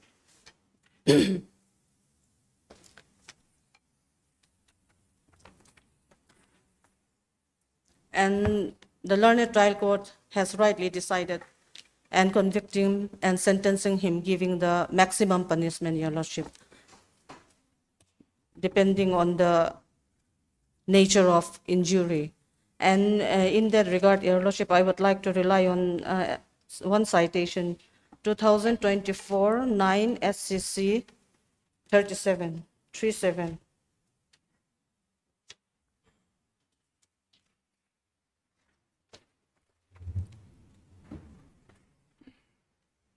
Para number 23, starting from para number 23. If I may read out, Your Lordship. Para number? 23. Yes. Criminal law adheres in general to the principle of proportionality in prescribing liability according to the culpability of its kind of criminal conduct. It ordinarily allows some significant discretion to the judge in arriving at a sentence in each case, presumably to permit sentences that reflect more subtle consideration of culpability that are raised by the special facts of each case. Judges, in essence, affirm that punishment ought always to fit the crime, yet in practice, sentences are determined largely by other considerations. Sometimes it is the correctional needs of the perpetrator that are offered to justify a sentence. Sometimes the desirability of keeping him out of circulation, and sometimes even the tragic results of his crime. Inevitably, this consideration calls a departure from just desserts as the basis of punishment and create cases of apparent injustice that are serious and widespread. Proportion between crime and punishment is a goal respected in principle, and in spite of errant notion, it remains a strong influence in the determination of sentences. The practice of punishing all serious crimes with equal severity is now unknown in civilized societies, but such a radical departure from the principle of proportionality has disappeared from the law only in recent times on account of misplaced sympathies to the perpetrator of the crime, leaving the victim or his family in oblivion. Even now, for a single grave infraction, drastic sentences are imposed. Anything less than a penalty of greatest severity for any serious crime is thought then to be a measure of toleration that is unwarranted and unwise, but in fact, quite apart from those considerations that make punishment unjustifiable when it is out of proportion to the gravity of the crime. Uniformly, disproportionate punishment has some very desirable practical consequences. After giving due consideration to the facts and circumstances of each case for deciding just and appropriate sentence to be awarded for an offense, the aggravating and mitigating factors and circumstances in which a crime has been committed are to be delicately balanced on the basis of really relevant circumstances in the dispassionate manner by the court. Such act of balancing is indeed a difficult task. It has been very aptly indicated in so and so that no formula of a foolproof nature is possible that would provide a reasonable criterion in determining a just and appropriate punishment in the infinite variety of circumstances that may affect the gravity of the crime. In the absence of any foolproof formula which may provide any basis for reasonable criteria to correctly assess various circumstances germane to the consideration of the gravity of crime, the discretionary judgment in the facts of its case is the only way in which such judgment may be equitably distinguished. And in para number 27, Your Lordship, the object should be to protect the society and to deter the criminal in achieving the avowed object of law by imposing appropriate sentence. It is expected that the court would operate the sentencing system so as to impose such sentence which reflects the conscience of the society, and the sentencing process has to be stern which it should be. So, Your Lordship, in the present case, he himself had admitted that he had killed his brother, and the nature of the injury inflicted by him shows that he has intention and there is no provocation. And in order to protect the societal interest, considering that unlawful act causing to death had received reasonable punishment, and the conviction and sentence given by the learned trial court does not warrant interference, Your Lordship.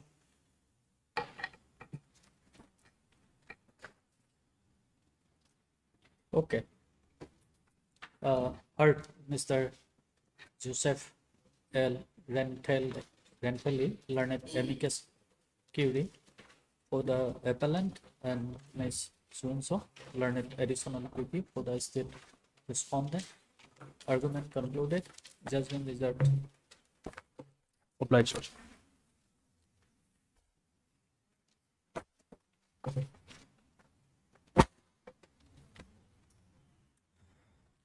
Supplementary list, item 13,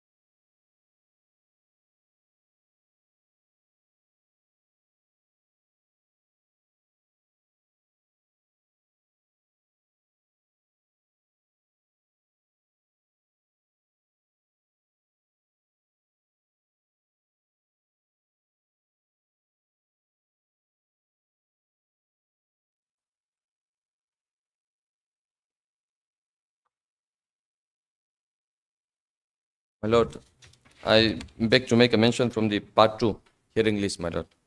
Item number 3, my lord. It's a consensus prayer, my lord. Even though this matter is fixed for tomorrow, my lord, if it may come up in the week commencing from the 29th, next to next week, my lord. I'm for the respondent number 2. Okay. On the prayer being made by Mr. C. Si Tlan Thiang Liba. Learned counsel for the respondent number 2. You inform the other side? I've taken consent, my lord. With consent from the other side. The matter stands adjourned to be listed on 29th of In the week commencing from 29th of June, June. my lord. Oblige. 29th of June.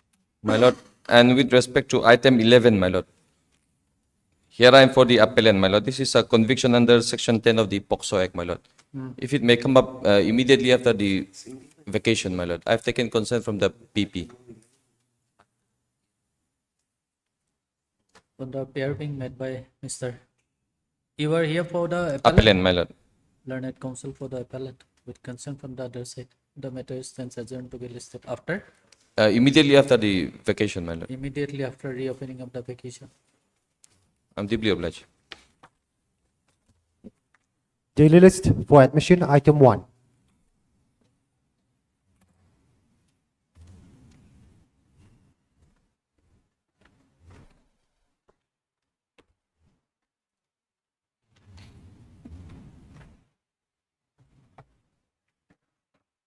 My lord, in this matter, an online RTI application was submitted by the respondent number 3, seeking information with regard to an agreement which was signed between the petitioner and Synod Hospital for application of MUHCS, that is Mizoram Healthcare Service, along with detailed pricing. My lord, will get it at page 20 of the writ petition.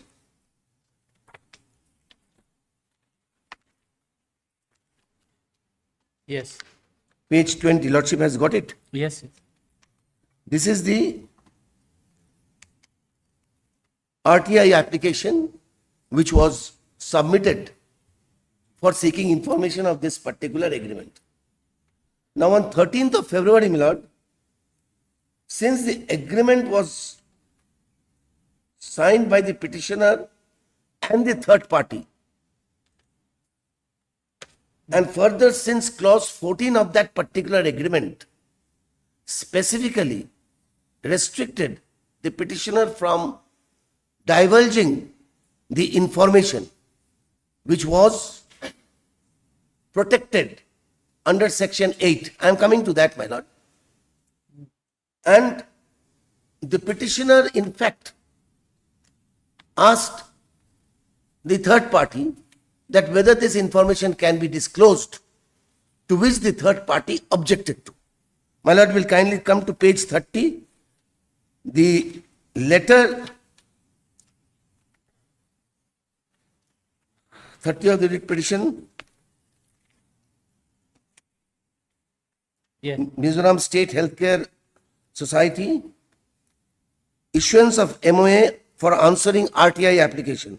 Dear Madam, as highlighted under clause 14, confidentiality of the agreement under the MOA of MUHCS, unless there is a written representation of consent from both the first and second party, no copy of the agreement or any part of the agreement can be issued or disclosed to any third party. I, therefore, am of the opinion that this RTI application is unanswerable. Executive Secretary, Synod Hospital, Mizoram Synod. So, obviously, my lord, this particular agreement could not be divulged due to this particular aspect. Now, my lord, first of all, before I go into the other aspect, my lord, lordship will kindly come to the RTI Act, section 8 onwards.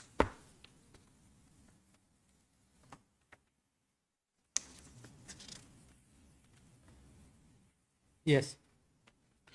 exemption from disclosure of the information. Notwithstanding anything contained in this act, there shall be no obligation to give any citizen. Now, my lord, the first three are not relevant for this purpose. Lordship will come to 8(1)(d). Information including commercial confidence, trade secrets, or intellectual property, the disclosure of which would harm the competitive position of a third party unless the competent authority is satisfied that larger public interest warrants the disclosure of such information. My lord, here there is no larger public interest.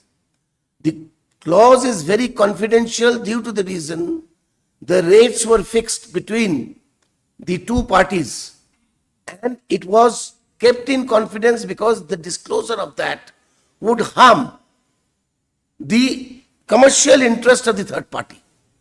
And as such, since the matter does not pertain to any public interest or the public interest does not outweigh the commercial interest, Lordship, this particular document was not divulged and the information was not given.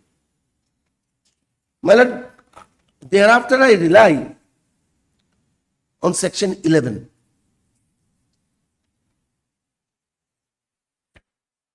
Yes. 8(1)(e), no?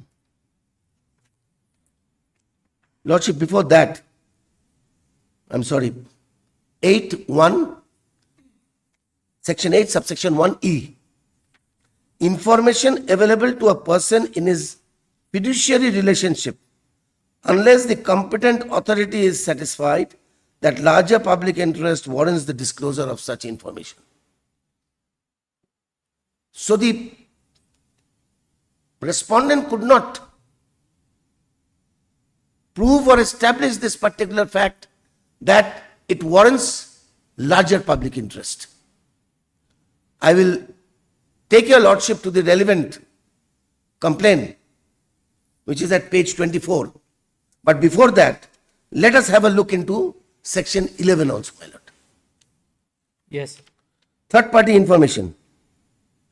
Where a central public information officer or a state public information officer, as the case may be, intends to disclose any information or record or part thereof on a request made under this act, which relates to or has been supplied by a third party and has been treated as confidential by that third party, the central public information officer or state public information officer, as the case may be, shall within 5 days of the receipt of the request give a written notice to such third party of the request and of the fact that the central information officer or state public information officer, as the case may be, intends to disclose the information or record or part thereof and invite the third party to make a submission in writing or orally regarding the information should be disclosed, and such information and such submission of the third party shall be kept in view while taking a decision about the disclosure of information. My lord, here in this particular matter, I'll come to the proviso thereafter. Here in this matter, my lord, the third party was not given any notice and neither the third party was heard. So this is a clear violation of section 11 also. The third party should have been given an opportunity of being heard, and that too within a period of 5 days.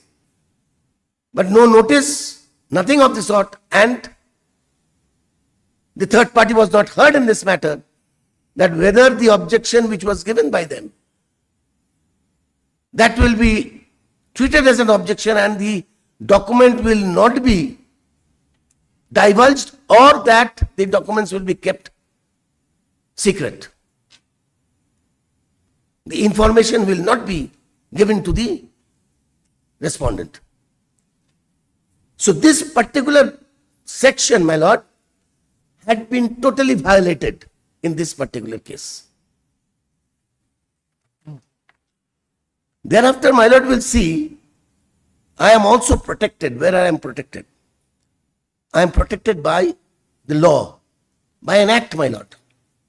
Provided that except, Lordship will come to the proviso, provided that except in the case of trade or commercial secrets protected by law, my lord will kindly mark this particular word, this particular language. Provided that except in the case of trade or commercial secrets protected by law, disclosure may be allowed if the public interest in disclosure outweighs in importance any public harm or injury to the interest of such third party. So, my lord, here I am protected by law because it is a commercial agreement which comes under the realm of Contract Act. So, once this is protected under a law, irrespective of whatever the situation is, I am not authorized to give this particular information. The proviso to section 11 protects me from divulging this particular information. Lordship will kindly let us read it again. Provided that except in the case of trade or commercial secrets protected by law. So this is a commercial agreement which falls under the category of the Contract Act, which is within the Contract Act. So it is protected by law, by an act.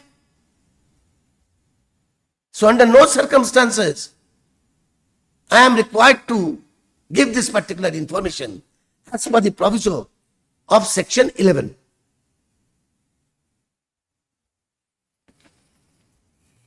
Thereafter, my lord, may kindly come to section 19.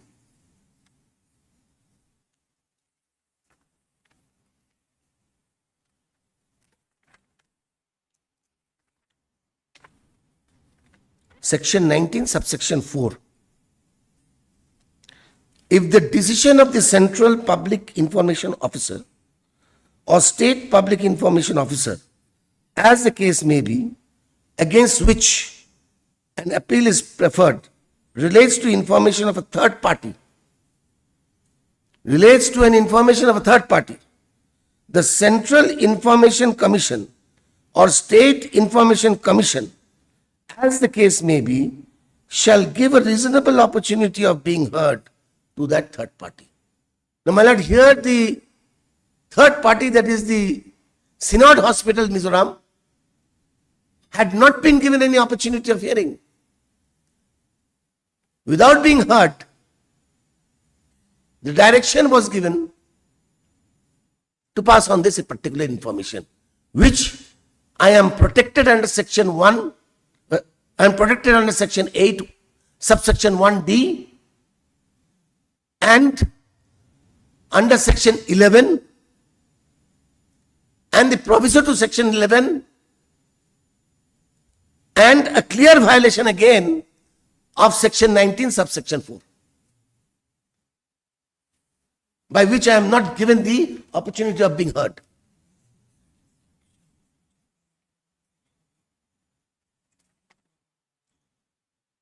And my lord, if the reason which has been set forth here, that is public interest, the State Information Commissioner has to satisfy himself that public interest outweighs the personal interest or the commercial agreement by which the third party has given objection. So if that is so, in order to assess exactly that whether or not the public interest overweighs his personal interest or the agreement which is in place, he has to hear the third party, my lord. Without hearing the third party, he cannot come to the conclusion that it is in larger public interest that the information should be disclosed. If the larger public interest aspect has to be considered. It has to be considered after hearing all the parties, even the third party who has given the objection. And until and unless he hears them, he hears the third party, it is not possible for him to assess and to come to a conclusion that whether or not public interest is a priority here. Now, my lord, I'll take your lordship to page 24, where my lord will see that there is no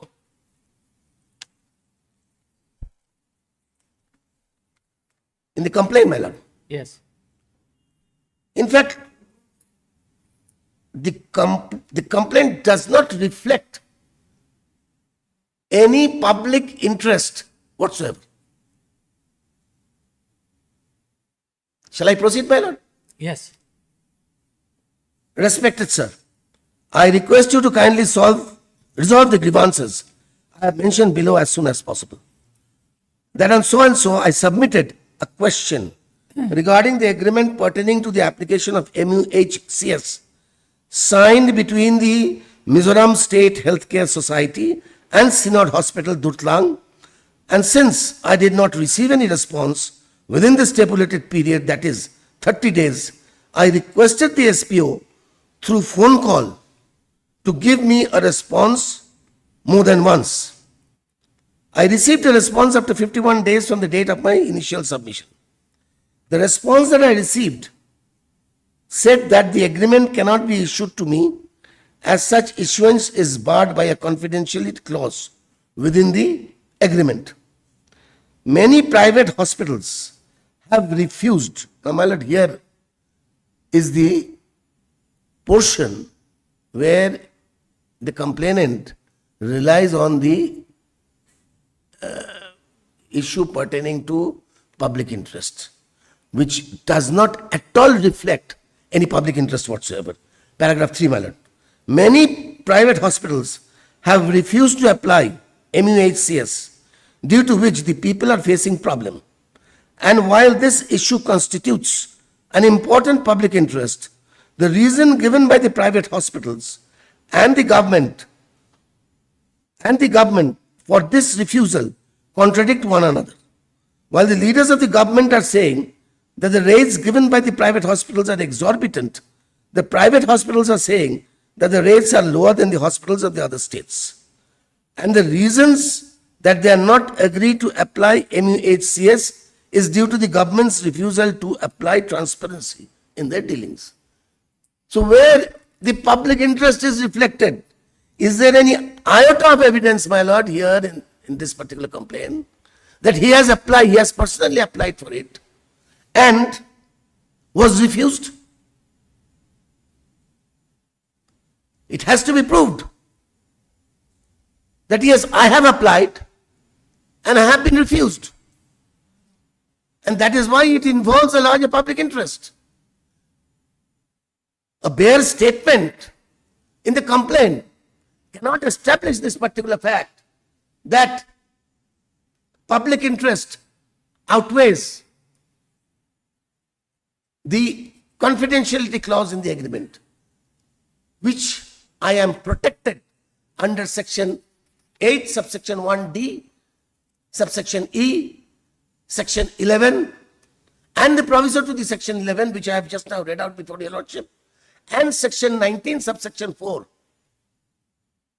by which I have a right to be heard, which has been specifically denied to me.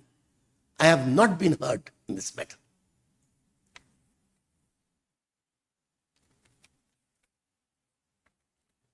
Okay. We will My lord, resume at 2 o'clock then. Lordship.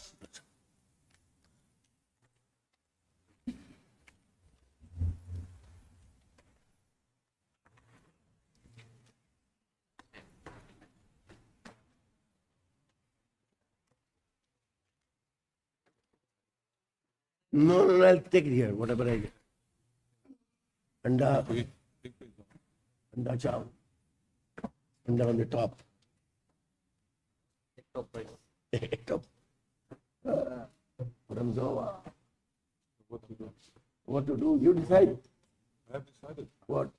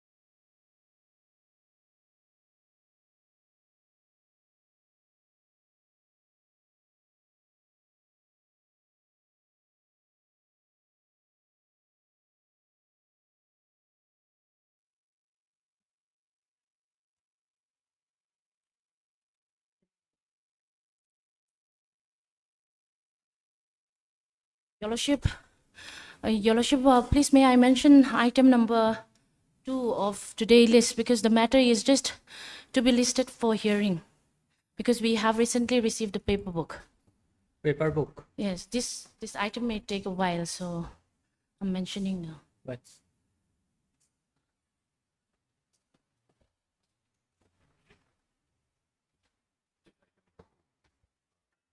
It is fixed under the column order.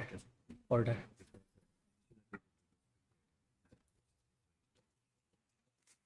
Then we'll fix the matter for hearing after 3 weeks. Okay, after 3 weeks. Deeply obliged. Yes. My lord, we were on page 24 of the writ petition. Yes. I was just submitting with regard to the public interest or the larger public interest, which the respondent failed to establish. And that is reflected in this complaint itself in paragraph 3, as I pointed out to your lordship. So, my lord, it is neither the original application of the complaint of respondent number 3, which comprehensively has been able to establish as to how public interest would be served better by disclosure of the information to respondent number 3. They have not been able to establish that. So now the issue before your lordship is that whether in the facts of the present case, the respondent number 3 has satisfactorily demonstrated the issue of public interest. Now, my lord, leaving everything apart, the statutory provisions with regard to section 19(4), wherein it is mandatory that the third party shall be given an opportunity of hearing, and which opportunity was not given. If I can take your lordship to the writ petition at page 8, rather page 7.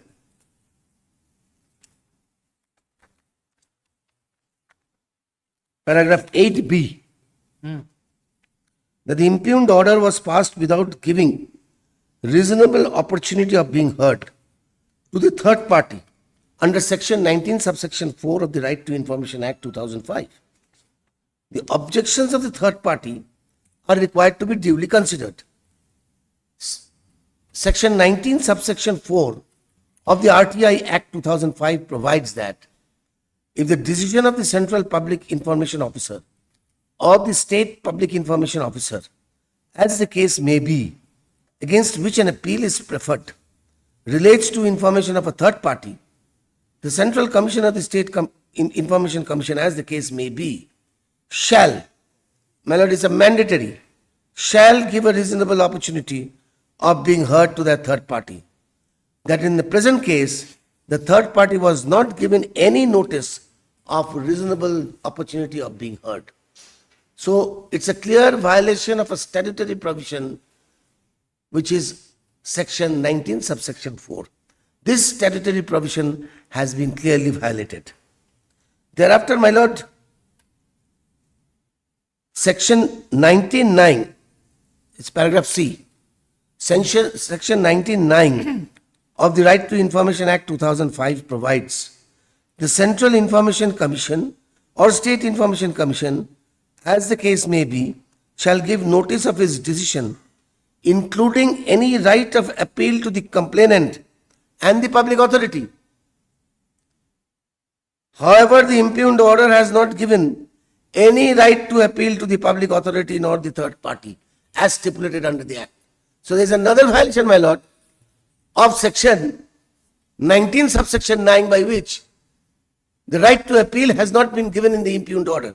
My lord, will kindly come to the impugned order. It has page 13.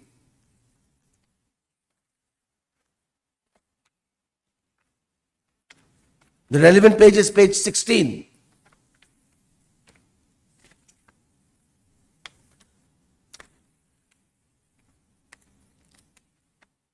Relevant page is at page 16. Yes. Decision.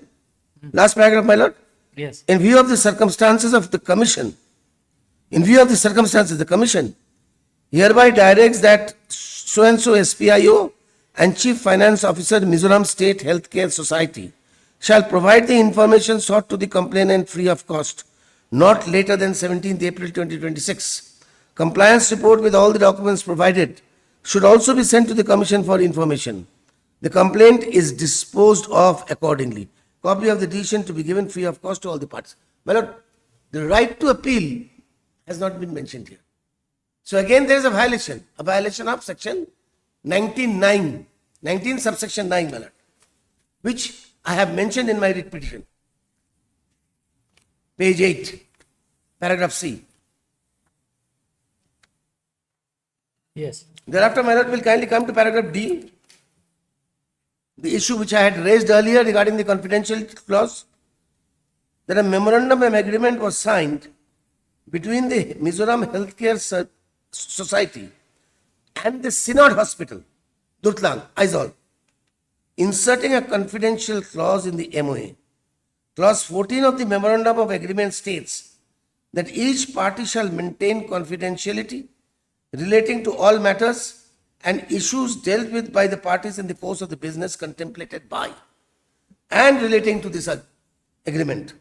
Both parties shall not disclose to any third party any information relating to this agreement and documents marked confidential, medical reports, personal information relating to beneficiaries. So these are the reason why this was withheld. Personal information relating to the beneficiaries and other unpublished information, except unless mutually agreed upon by both the parties in writing, and shall use its best efforts to ensure that its officers, employees keep secret all the information disclosed. That the Mizoram State Healthcare Society sought permission from the Mizoram Synod, for which the Mizoram Synod duly replied stating that they stand with the non-disclosure of the MOA, that the impugned order has failed to appreciate the confidentiality clause signed between the parties, that the information sought is personal and its disclosure would cause unwarranted invasion of privacy with no larger public interest involved. Because there are information relating to patients, informations relating to the treatment being given to the patients. So these are all the personal information. These cannot be divulged, and that is why that confidentiality clause was given. And as a result of which, the Synod Hospital, they objected to it. And that is why the information was not disclosed. So, my lord, to sum up the entire matter, I will not take your lordship's time. I just want to sum up the entire matter. That, first of all, my lord, there was a violation of section 8. I would rather say section 8, 1D and E was the relevant provision, especially 1D, which says information including commercial confidence. So this is a commercial transaction, trade secrets or intellectual property, the disclosure of which would harm the competitive position of a third party unless the competent authority is satisfied that larger public interest warrants disclosure of such information. So this is the provision by which the information was not disclosed because it was a trade secret, and disclosing that particular commercial secret would harm the interest of the persons who are involved in this matter, even harm the interest of the patients. Thereafter, my lord, section 11, on which I am relying, the proviso to section 11, as I pointed out to your lordship, that provided that except in the case of trade or commercial secrets protected by law. So here I am protected by law, my lord. The agreement is covered under the Indian Contract Act. So I am protected by law. And I am well within my right not to disclose this particular information. But this ground has not been taken in your memo of appeal.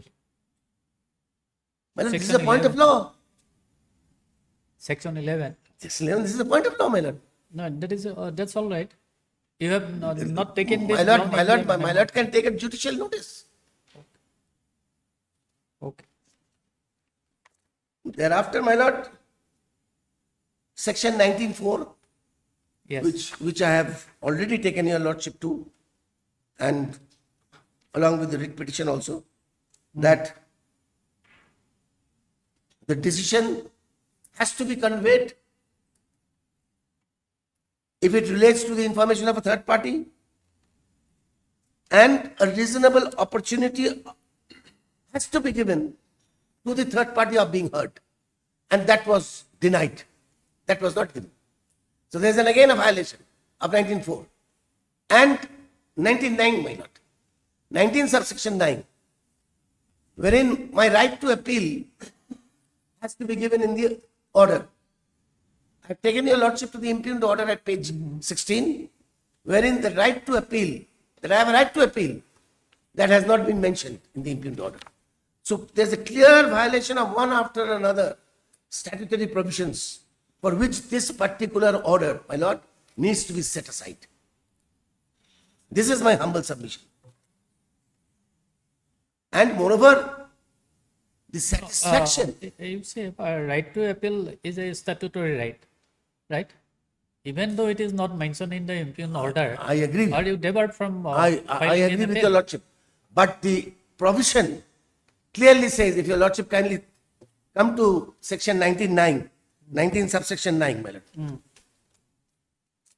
My lord will kindly 19(9), subsection 9. The Central Information Commission or the State Information Commission, as the case may be, shall give notice of his decision, including any right of appeal to the complainant and the public authority. So it's a mandatory provision under the statute. So this has to be mentioned in the order. And that is interestingly missing from the impugned order.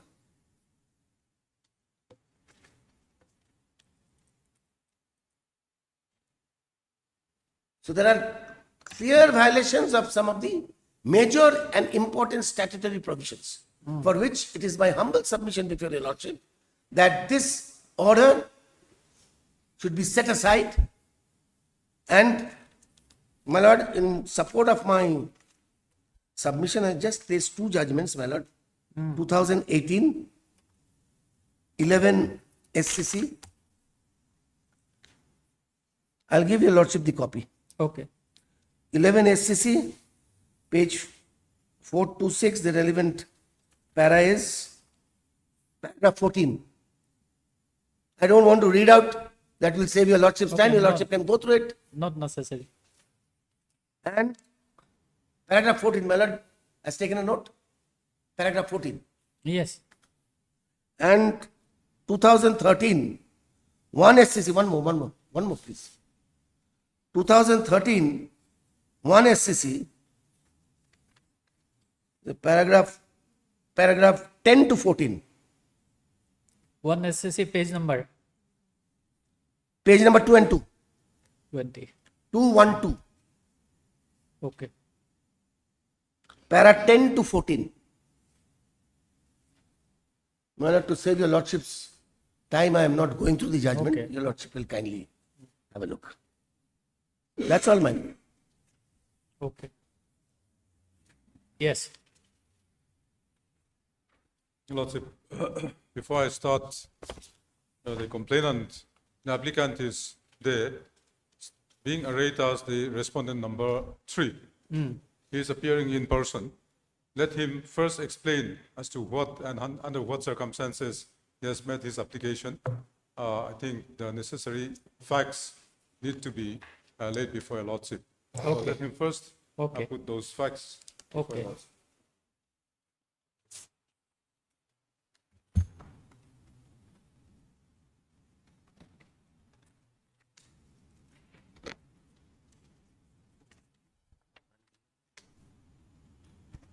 Your Lordship, first thing I want to say is that the CIC has rightly passed an order dated 9/4/2026. There is no error warranting the interference of this honorable court by way of writ petition. The present writ petition is merely an attempt to justify the denial of information which I am entitled to as a matter of my statutory rights and as well as my constitutional rights. Right to know is very part of fundamental rights, as time and again. But confirmed subject to by- limitation. Yes, confirmed by. You are not entitled to private information of the private Yes, parties? yes, of course, Your Lordship. I will explain to that. And being a citizen and a beneficiary of this healthcare scheme, I applied the information through the RTI. I placed on record my registration card under the scheme by way of my additional affidavit and along with the scheme of the marks. So what I would like to say is that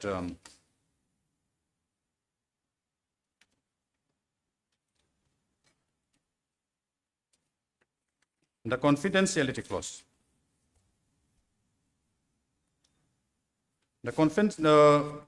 Your Lordship, this confidentiality clause inserted in the MOA is not a law. It's an artificial contractual clause.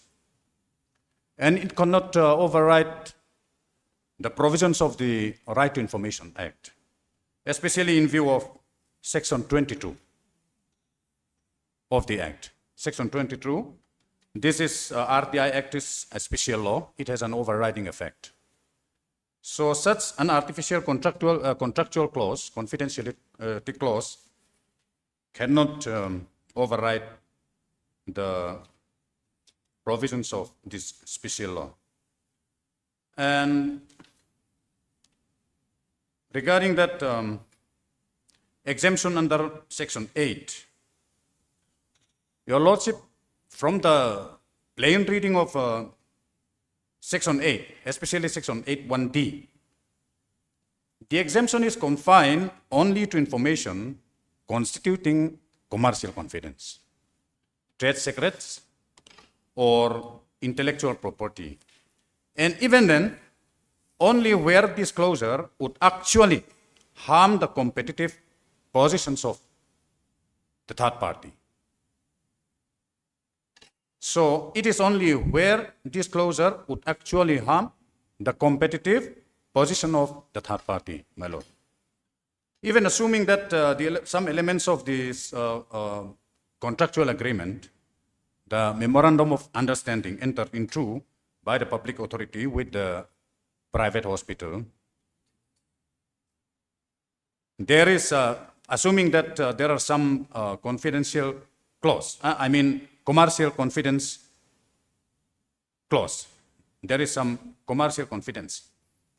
But the proviso states that such information must be disclosed where larger public interests overweigh. So, memorandum of agreement is not a trade secret. It does not contain any confidential business methodology or any technical know-how, any secret. The negotiated rates agreed upon between the public authority and the empaneled hospital do not constitute intellectual property. They are merely contractual terms governing the utilizations of public funds under the public healthcare scheme. And regarding that, Your Lordship, the third party information, the information sought by me, it is not a private information belonging only to the Synod Hospital. It is a memorandum of agreement entered into by a public authority with a private hospital for the implementation of public healthcare scheme. It was funded through public funds, public resources, and contribution of beneficiaries. The information relates only to the terms of the MOA and the negotiated rates, and in no way it does not involve any privacy or patient's details or anything like that. So, my Lord, even if we consider this as a third-party information, there is no harm in disclosing the terms of agreement, because the petitioner failed to demonstrate how disclosure would harm the commercial position or the trade secret or any possible harm that can be caused to that private hospital. The public authority has fixed different negotiated rates. They fix different negotiated rates for different hospitals on the basis of criteria that remain undisclosed. Obviously, without any criteria at all. In the absence of any transparent grading system or any publicly known parameters, the empaneled hospitals themselves are left unaware of the standards and benchmark on the basis of which such differential rates have been determined. So, my Lord, non-disclosure of the information does not promote competition. It does not protect the competitive position of the third party. It suppresses healthy competition among the empaneled hospitals by concealing the very factors that could enable hospitals to improve and compete each other on equal footing. So all the criteria, all the terms, they were made secret till today. So, my Lord, disclosure would have promoted healthy competition instead among the empaneled hospitals.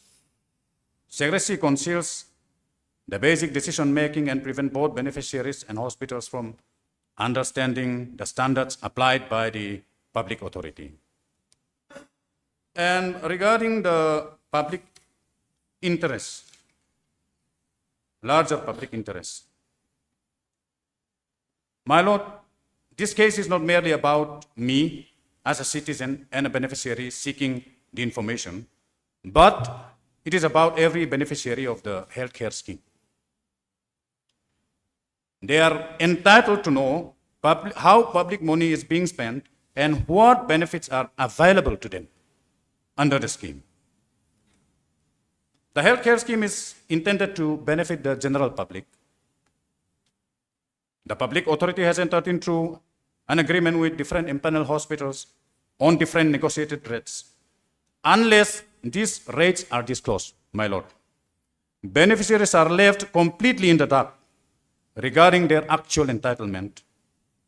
The package rates applicable for various medical treatments that they can avail, the daily ceiling of expenditure, and the comparative benefits available at different hospitals. A beneficiary is therefore deprived of the opportunity to make an informed choice regarding which hospital would best serve their needs.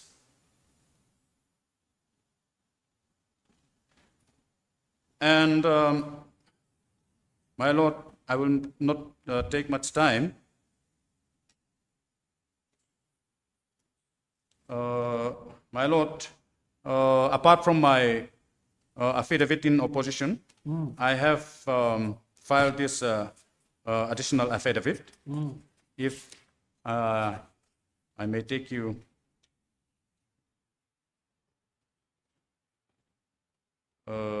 Yes, this affidavit, I have filed this additional affidavit on the direction of this honorable court on the previous hearing, and the court orally instructed me to place on record my registration card. And so, my lord, this is the information I sought for is indeed a public interest concerning the life and well-being of the people,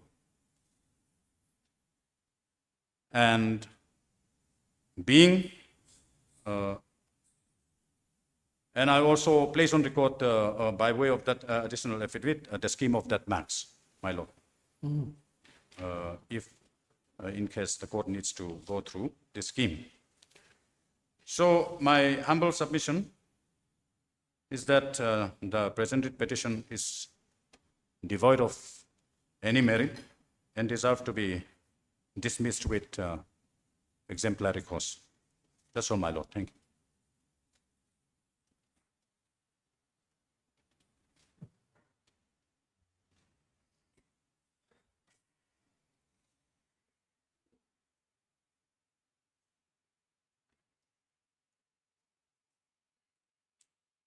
Lordship. Yes. So much has been said, and the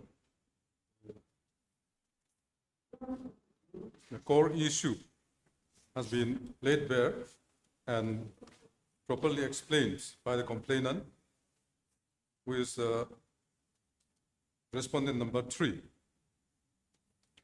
Your Lordship, I'd like to take Your Lordship to the order which was passed by the CIC, which has not been read out.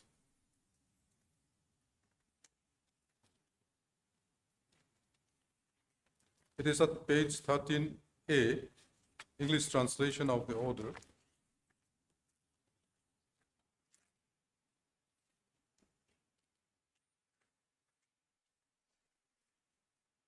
Yes. John Elia, State Chief Information Commissioner, presided over the hearing, and Hu Mangjangam Tautham, State Information Commissioner, and Dr. Lalzirmoy Changte, State Information Commissioner, were present and participated in the hearing. The appellant and the respondents took an oath before commencement of the hearing. Facts of the case: the complainant sought information on the following points. Lordship, 1, 2. I hereby request you to issue me a copy of the agreement signed between Mizoram State Healthcare Society and Sinot Hospital, Durtlang, as well as the application of MUX, along with detailed pricing. The information that has been sought for is the copy of the agreement, along with the detailed pricing. Number 2, if my request is liable to be rejected, then I request to know the reasons for such rejection, whether they be legal reasons or due to notifications or orders, and a copy of such notifications or orders. And SPIO failed to provide information within the stipulated period of 30 days. However, after being contacted by the complainant several times, the SPIO furnished a reply as follows.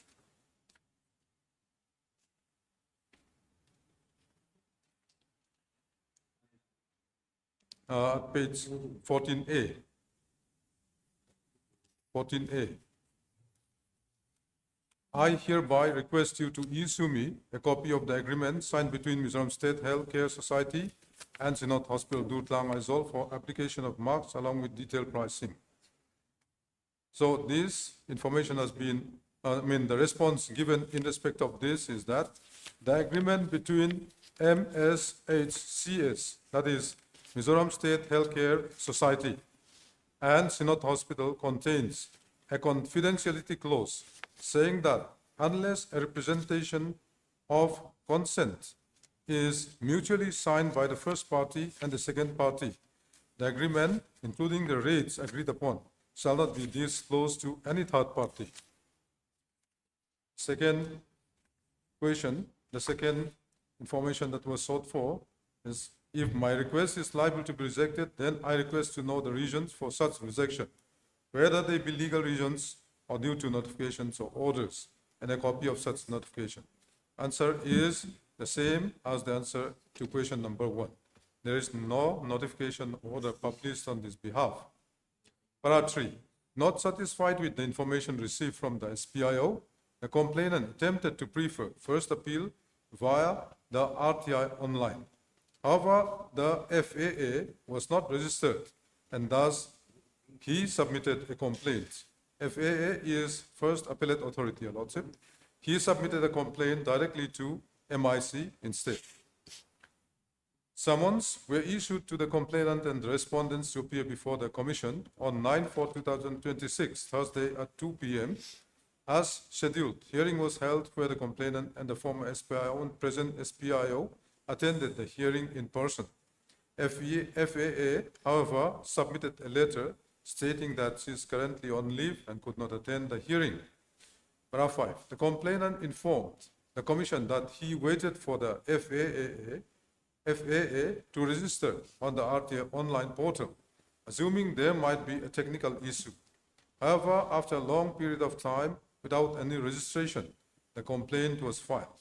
He stated that the RTI Act is a special act, as clearly stated in Section 22, which gives it overriding effect over all other laws, and that the confidentiality clause cited by Mizoram State Healthcare Society is not a law and cannot override the RTI Act. Furthermore, he stated that a public authority should not sign any agreement that lacks transparency, and regarding the MUHCS, we used to pronounce these as MUCs. Since public funds are being utilized, it is a matter of public interest. Even if the MSHCS attempts to use Section 8(1)D as an excuse to withhold information, larger public interest outweighs such concerns. In reply, Dr. Kelang Hinglava, SPIO, informed the Commission that he had only recently been appointed as the SPIO, and because he perceived the information requested by the complainant to be third-party information, they first consulted with the Synod Office. Your Lordship, please mark this. Since the third-party information needs to be obtained from the third party and with a notice. First consulted the Synod Office. He then apologized for failing to inform the complainant regarding the reasons for the delay in providing the response. He also stated that non-disclosure of negotiated rate is in public interest. Observations. 1A, in the case of Jamia Millia Islamia versus so-and-so, Delhi, it was held by the court that the act of entering into an agreement with any other person, entity by a public authority would be a public activity, and as it would involve giving or taking of consideration, which would entail involvement of public funds, the agreement would also involve public interest. Every citizen is entitled to know on what terms the agreement or settlement has been reached by the petitioner or public authority with any other entity or individual. Similarly, a division bench of the Jharkhand High Court in the state of Jharkhand versus Naveen Kumar Singha, AR 2008, Jharkhand 19, had held that if the authorities of the government refuse to disclose the document, the very purpose of the act will be frustrated. Moreover, disclosure of information sought for by the petitioner cannot and shall not be a trade secret or commercial confidence. Rather, disclosure of such information shall be in public interest, inasmuch it will show the transparency in activities of the government. In a considered opinion, a contract entered into by the public authority with a private person cannot be treated as confidential after completion of contract. B, in Reserve Bank of India versus Jayantilal and Mistry, 2015, the Supreme Court emphasized that fiduciary relationship or commercial confidence exemption under Section 8(1)D and E cannot be used to seal information that serves a larger public interest. Since an MOA outlines objectives and governance of a body, especially those funded or controlled by the state, it is usually considered a public document. Further, it has been learned that the primary source of funding are contributions from serving government employees.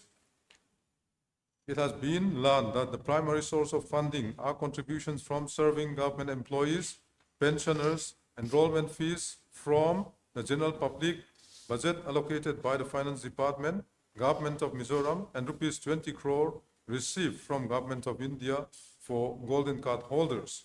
Therefore, the functioning of MSHCS does involve the use of public resources. And also, in this connection, these golden card holders, all these golden card holders are, they come under the central scheme. They are all included under these marks. Number 2, proviso under section 81J lays down that provided that the information which cannot be denied to the parliament or state legislature shall not be denied to any person. And as per section 8.2 of the Act, notwithstanding anything in the Official Secrets Act of 1923, nor any of the exemptions permissible in accordance with subsection 1 of a public authority may allow access to information if public interest in disclosure outweighs the harm of the protected interest. Since the marks is intended for the general public and utilizes public funds, it is expected that the MOA signed between the MSHCS and Synod Hospital, as well as the operational procedures of the scheme, be made public and uploaded to the website, rather than being withheld on the pretext of a confidentiality clause. 3. Under Section 7.1 of the RTI Act, the SPIO is mandated to provide a response as expeditiously as possible and strictly within 30 days of receiving a request. Pursuant to Section 7.2, failure to communicate a decision within this time frame constitutes deemed refusal of the application. The SPIO's current inaction represents a grave statutory violation. Such non-responsiveness is viewed as deliberate denial of information and may invite penalties under Section 20 of the RTI Act 2005. In this case, a reply was furnished after a lapse of 50 days, which is in contravention of the provisions of the Act. The SPIO is hereby cautioned to ensure that such procedural lapses do not recur in the future. 4. In accordance with the quasi-judicial powers vested in the first appellate authority, it is mandatory to conduct a formal hearing for both the appellant and the respondent for every appeal received. Adhering to Rule 7.5 of the Mizoram RTI Rules 2010, the FAA must provide a minimum 7 clear days notice prior to the scheduled hearing date. Furthermore, all decisions must be pronounced in open court and issued as a written, authenticated order. Dr. Larsia Zoliralte, FAA and CEO of the Mizoram State Healthcare Society, is hereby directed to strictly comply with these statutory provisions for all future proceedings. Public authorities should give due importance to every right to information application as it reflects and promotes the principles of transparency and accountability in governance. Its request represents a citizen's legitimate effort to seek information concerning public affairs and therefore must be handled with seriousness, fairness, and within the prescribed time frame. Proper attention of RTI matters not only upholds the integrity of the institution, but also strengthens public trust and participation in democratic process. So comes the decision, which has been read, Your Lordship. A perusal of this order, which has been impugned in the instant writ petition, seems that all formalities have been done, and the CIC had taken all due care to comply with the requirements of law. And the respondents, the the petitioners 1, 2, and 3, they were given due notice to submit their response to the complaint submitted by the respondent number 3. And in response to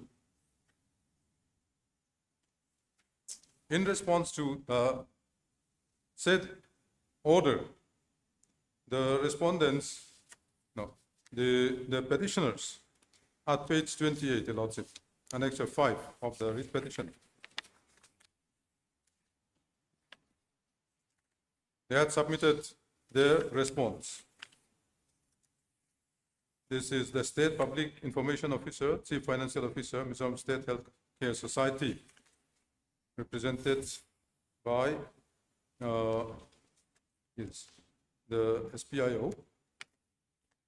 And, Your Lordship, it is in the form of letter dated 2nd April 2026. May I read, Your Lordship?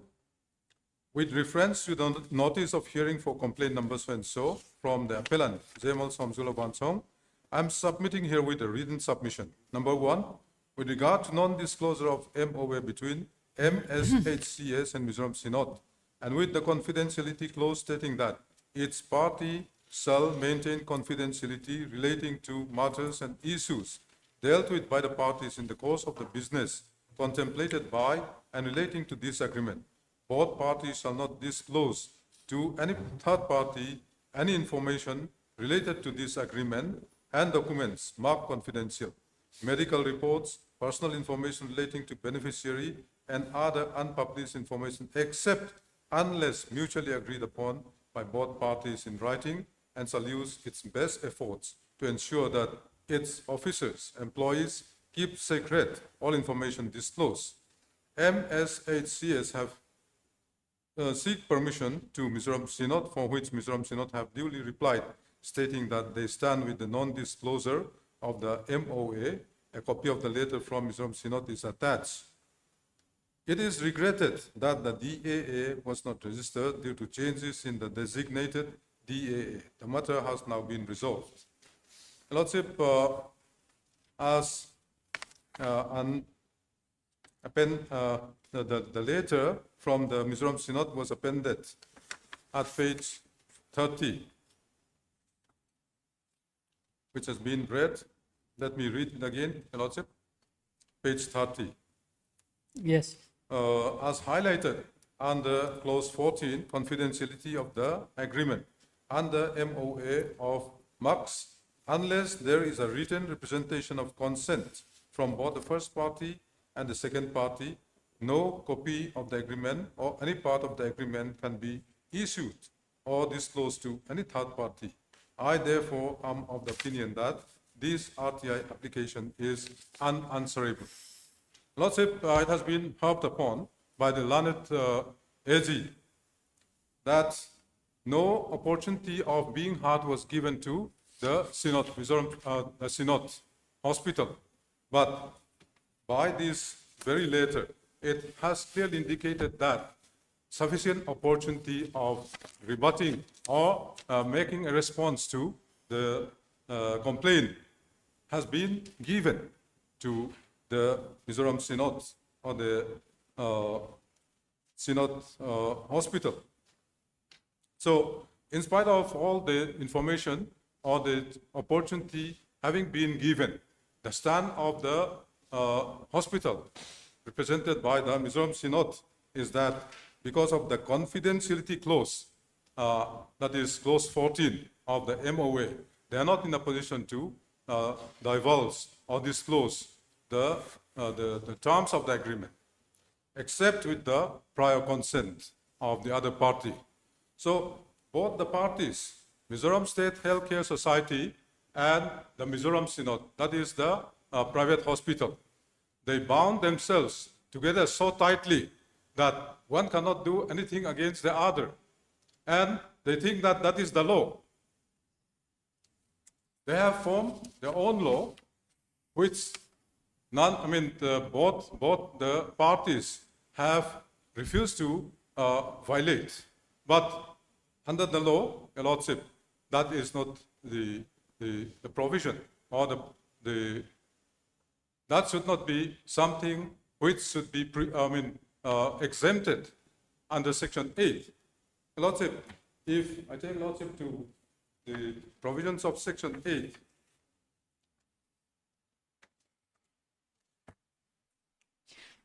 before taking Your Lordship to Section 8, the preamble to the RTI Act 2005, it will throw sufficient light to what are the intents and the purports of this act. Your Lordship, a reading of the preamble. An act to provide for setting out the practical regime of right to information for citizens to secure access to information under the control of public authorities in order to promote transparency and accountability in the working of every public authority. The Constitution of Central Information Commission and State Information Commission, and for matters connected therewith or incidental thereto. Whereas Constitution of India has established democratic republic, and whereas democracy requires an informed citizenry and transparency of information which are vital to its functioning, and also to contain corruption, and to hold governments and their instrumentalities accountable to the governed. And whereas revelation of information in actual practice is likely to conflict with other public interests, including efficient operation of the government, optimum use of limited fiscal resources, and the preservation of confidentiality of sensitive information.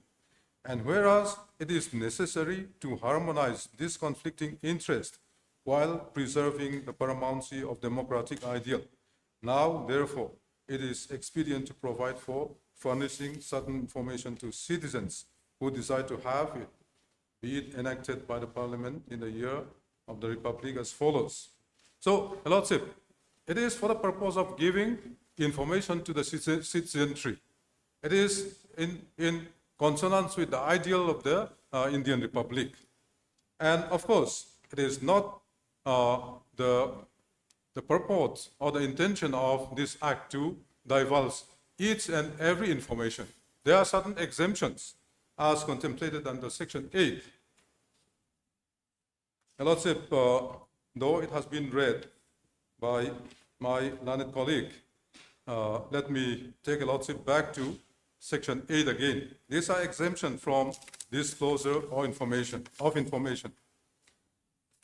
Notwithstanding anything contained in this act, there shall be no obligation to give any citizen a information disclosure of which would prejudicially affect the sovereignty and integrity of India, the security, strategic, scientific, or economic interests of the state, relation with foreign state, or lead to incitement of an offense. We are not covered by this. B, information which has been expressly forbidden to be published by any court of law or tribunal, or the disclosure of which may constitute contempt of court. Not by this. And C, information, the disclosure of which would cause a breach of privilege of Parliament or the state legislature. And D, Your Lordship, D has been harped upon. Information, including commercial confidence. Commercial confidence. Your Lordship, what may be said to be the commercial confidence is the memorandum of agreement entered into by both the parties. That is the Mizoram State Healthcare Society and the hospital, the private hospital. So this may be taken as a commercial confidence. Trade secrets or intellectual property. It is not a trade secret, it's not an intellectual property, the disclosure of which would harm the competitive position of a third party. The disclosure of which would harm the competitive position of a third party. A third party is those two agreeing parties. I'm the first party, the one seeking application, and the SPIO is the second party receiving my application, and the third party are the Mizoram State Health Care Society and the party with whom the agreement has been made. So the third party, information including commercial confidence, trade secrets or intellectual property, the disclosure of which would harm the competitive position of a third party. Even if that commercial confidence is disclosed, whether that will harm the competitive position of the third party, that needs to be examined by the SPIO. Unless the competent authority is satisfied that larger public interest warrants the disclosure of such information. So, unless the competent authority is satisfied that by disclosing the information sought for, if it is going to be in public interest, in the larger public interest, then these exemptions cannot prevent the disclosure. No, it cannot be said to be exempted from disclosure if it outweighs, if the public interest outweighs the disclosure of such information. So this information, though partially exempted, cannot be said to be fully exempted. So the law or the matter that needs to be examined by the Honorable Court is as to whether by disclosing the memorandum of agreement entered into by the third parties regarding the negotiated rates in respect of what will be the rate charged for this particular bed, whether a particular room will be charged for this much rate, and whether operation of a particular kind will be charged for such, so and so. So all these are the rates negotiated by the two parties. Those are the third parties. So even if that is, disclosed, whether it will harm their competitive nature or whether it will be in the larger public interest, it has been clearly highlighted by the complainant, respondent number 3, that by being given the information as sought for by him, the citizenry will be able to understand the kind of facility which will be available in a particular hospital. Though we are pinpointing this particular hospital, but disclosure of the MOA will lead to disclosure of all other MOA in respect of all other private hospitals. And also, we have the respondent number 3 has submitted list of the hospitals, private hospitals. Additional.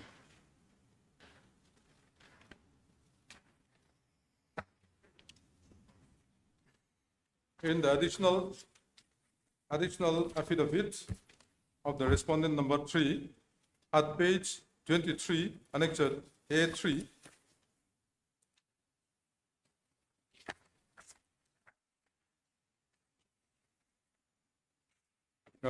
translated at page 26.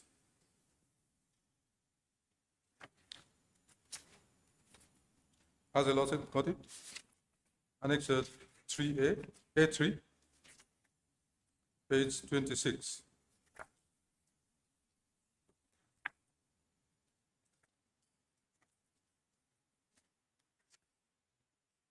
This is Annexure number? Annexure A3, A3. in respect of additional affidavit submitted by the respondent number 3.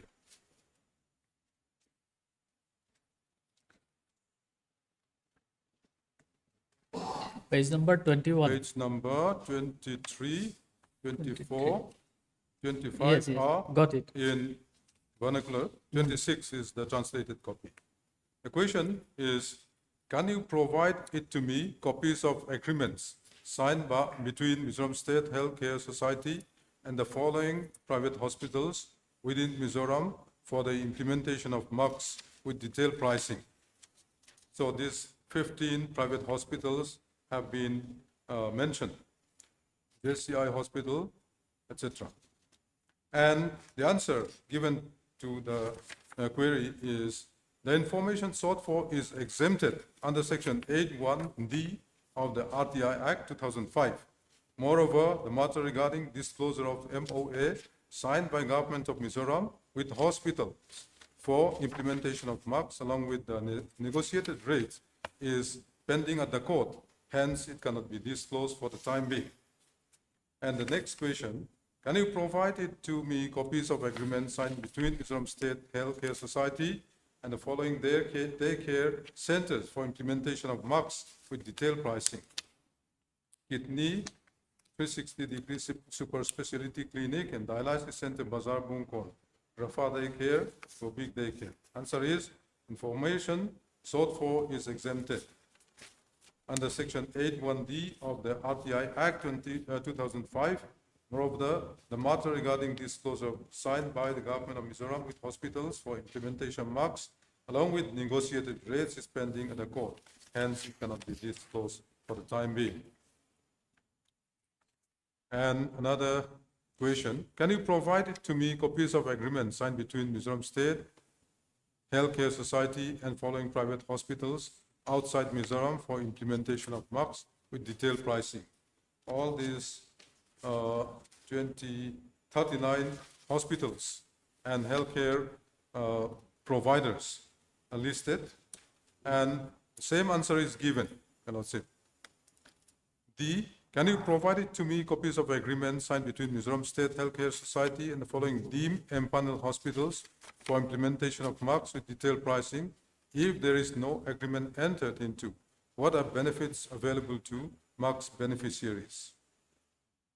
The answer given is, there is no agreement entered into with deemed empaneled hospitals at the initial stage of launching of MACs and when negotiation was in progress with different hospitals. Deemed empaneled status was given to those hospitals who were willing to join MACs.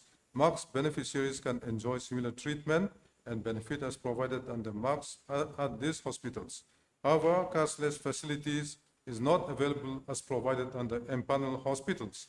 Moreover, except the very initial stage of the implementation of the scheme, patients are no longer referred to these hospitals unless referral board is satisfied that there is an exceptional case with regard to the need of the patient. If you are not satisfied with the reply given to you, you may submit your appeal to Departmental Appellate Authority, that is CEO, Mizoram State Healthcare Society. And in fact,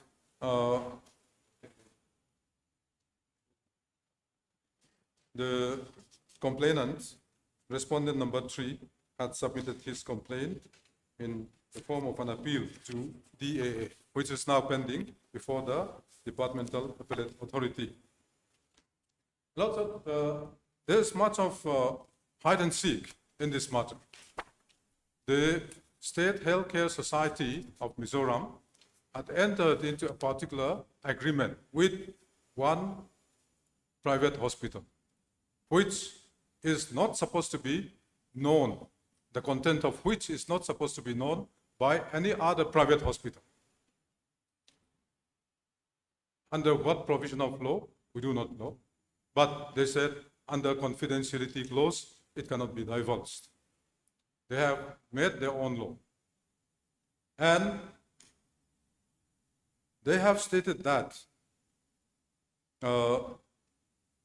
they are protected by the exemption from disclosure information under Section 8(1)(d), whether that is permissible or not. That is the issue that needs to be addressed by this Honorable Court. And a lot said.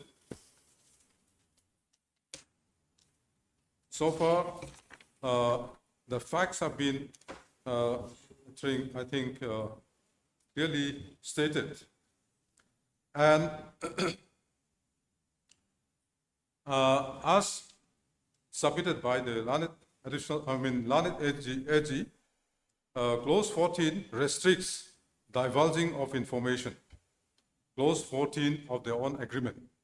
So they are bound by their own agreement. not that they are bound by the law. And Section 22 of the RTI Act. If I take a lordship to Section 22, which is regarding act to have overriding effect. Act to have overriding effect. Let me read the lordship. The provisions of this act shall have effect, notwithstanding anything inconsistent therewith contained in the Official Secrets Act 1923 and any other law for the time being in force, or any instrument having effect by virtue of any law other than this act. So, even the Official Secrets Act or any other law for the time being in force, or any instrument having effect by virtue of any law other than this act, means other than this RTI Act, they are the provision of the RTI Act is having an overriding effect on all these provisions. Not to speak of the agreement between the MSCH and the Mizoram Synod Hospital. They're saying that we are bound by our own law. We're not bound by your law. There are, the intention of the petitioners is that we are bound by our own terms of agreement, that is the clause 14 of the agreement, which says that it shall not be divulged, except with the prior permission or consent of the other party. The other party also says the same thing, so it cannot be disclosed. Your Lordship, in this connection, if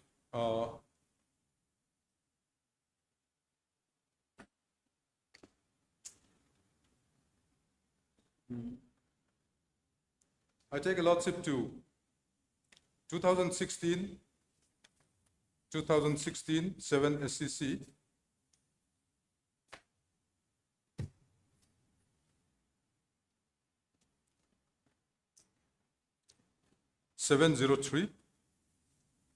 page 703.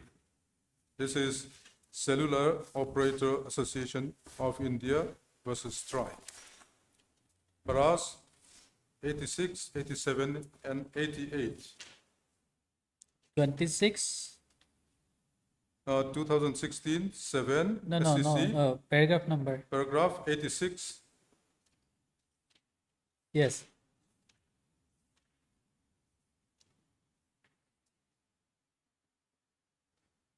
Your Lordship. Okay.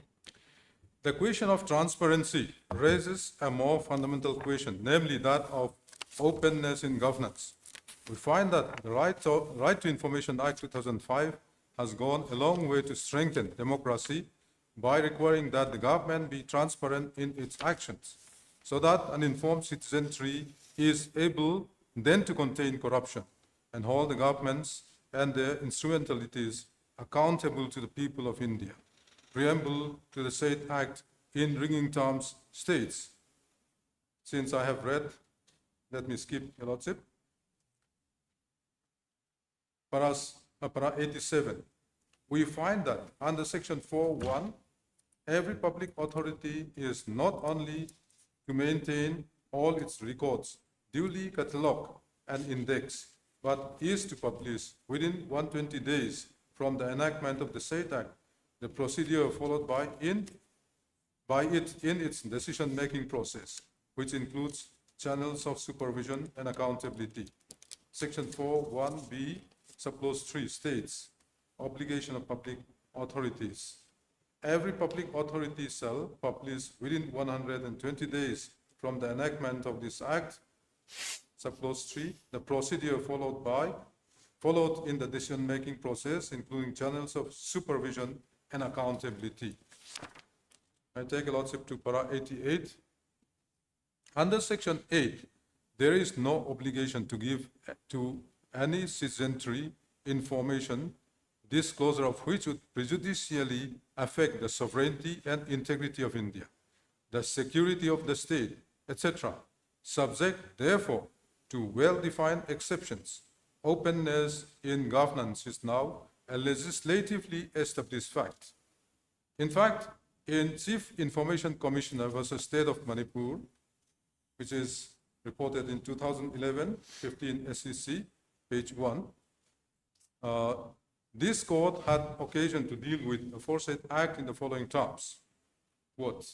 Para 5. Before dealing with the controversy in this case, let us consider the object and purpose of the Act and the evolving mosaic of jurisprudential thinking, which virtually led to its enactment in 2005. Para 6. As its preamble shows, the Act was enacted to promote transparency and accountability in the working of a free public authority in order to strengthen the core constitutional values of a democratic republic. It is clear that Parliament enacted the said Act keeping in mind the rights of an informed citizenry, in which transparency of information is vital in curbing corruption and making the government and its instrumentalities accountable.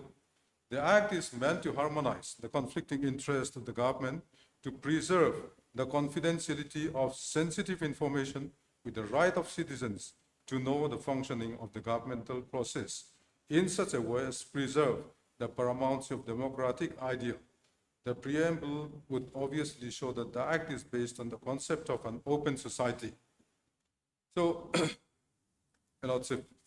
even if I stop here, it is clearly mandated that India, as a democratic society, is supposed to be an open society, and what the law mandates is that there has to be openness in every field, except in sensitive areas, which have been stated here under Section 8 of the RTI Act. But so far as 8D, Section 8(1)D is concerned, there is the condition. If public interest outweighs the injury that may be caused to the third party, then it should be disclosed. Lordship, before I proceed to the other precedents, Lordship, I'd like to take Lordship to in the additional affidavit.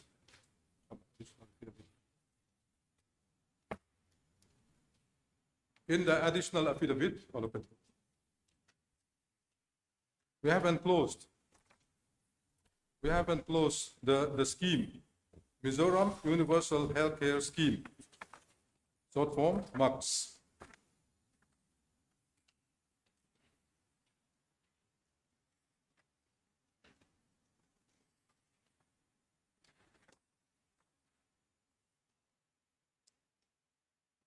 May I take a Lordship to page 16 of the additional affidavit again.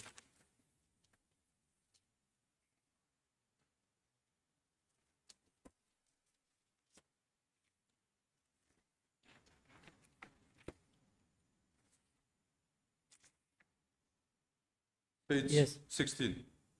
This is part of the scheme. This is under 3.15, standardized management system through standard operating procedure. Lordship, for an efficient system, a standard operating procedure needs to be in place, and the following modules are developed by the implementation of MUX.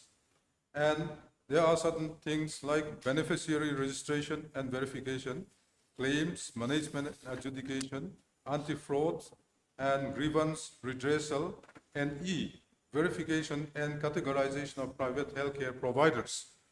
This is important in Lordship, so far as the present case is concerned.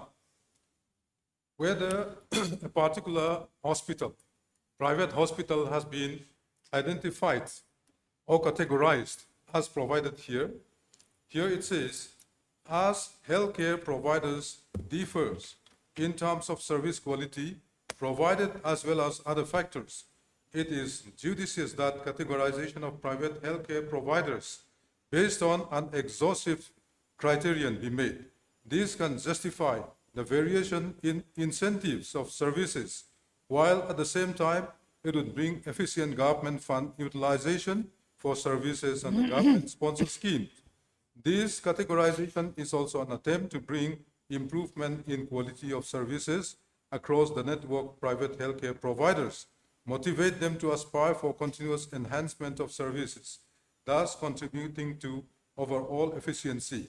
Guidelines for verification and categorization of private healthcare providers will be notified separately. Here, the purpose of this categorization has been clearly stated. It is for the purpose of upliftment of those hospitals. If I'm categorized as A, and if I'm put in a particular category, then people will look upon that particular hospital with certain aspirations. And if I'm put at C, if a private hospital is put at C category, then people will think that this is not a hospital where you should admit yourself for the kind of health care, because the facility which is provided under Group C or Category C is very poor. So when it is C, though that hospital will try to be upgraded to B at least, if not A. So that is the purpose. This is an incentive. This categorization is also an attempt to bring improvement in quality of services across the network of private healthcare providers, motivate them to aspire for continuous enhancement of the private healthcare providers. No, enhancement of services, thus contributing to overall efficiency. So, in pursuant to this particular paragraph, this Mizoram Universal Healthcare Scheme Guideline for Verification and Categorization of Private Healthcare Providers has been issued, along with the other booklet which I have given. Here, turning to page 4 of the guidelines.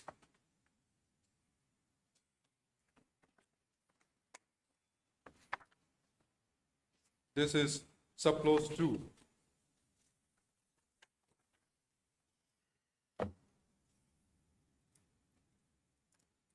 I'll just take a lordship to the introduction. Introduction and scope. This policy guideline may be called the verification and categorization guidelines of private healthcare providers within the state. Lordship, I'm reading from introduction. Due to rising population size, growing income and higher expectations of healthcare users has resulted in increased demand of healthcare. This has resulted in inflationary costs of healthcare services and medical technology, coupled with phenomenal growth of private healthcare sector.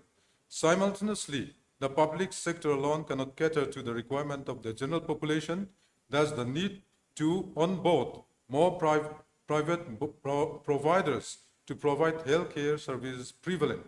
The government of Mizoram does not have a policy or guideline on verification and categorization of private healthcare providers.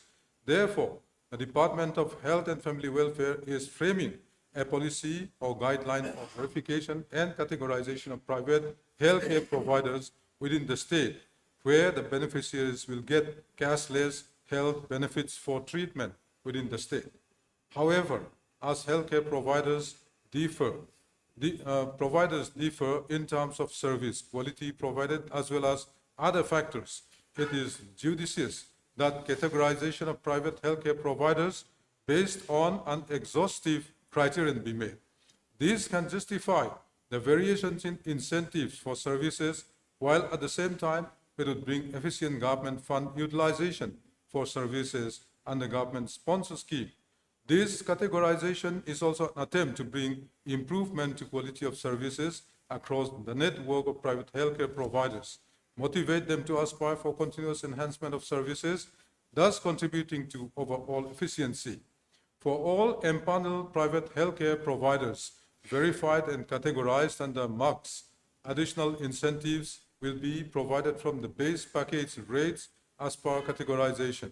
Incentive amount may be revised from time to time as per the government's decision. Verification and categorization of private healthcare providers is a continuous process, and interested HCP can apply at any point of time. While the grading system under NHA, National Health Authority, has 3 gradings: bronze, silver, and gold, where gold is the NABH accreditation, while silver is the NABH entry level. It is found that many hospitals in Mizoram currently cannot be graded as bronze, the lowest strata. Therefore, the need to have category below bronze is imperative. Thus, the need for state-based tools, taking into consideration local factors. The tool has been field tested in Aizawl, Dungle and Sarsip district, and is found to give an excellent degree of accuracy. Detailed parameters for categorization of private healthcare providers is enclosed at Annexure A, Annexure 1. Any aspiring private healthcare provider will henceforth be verified and categorized according to these policy guidelines only.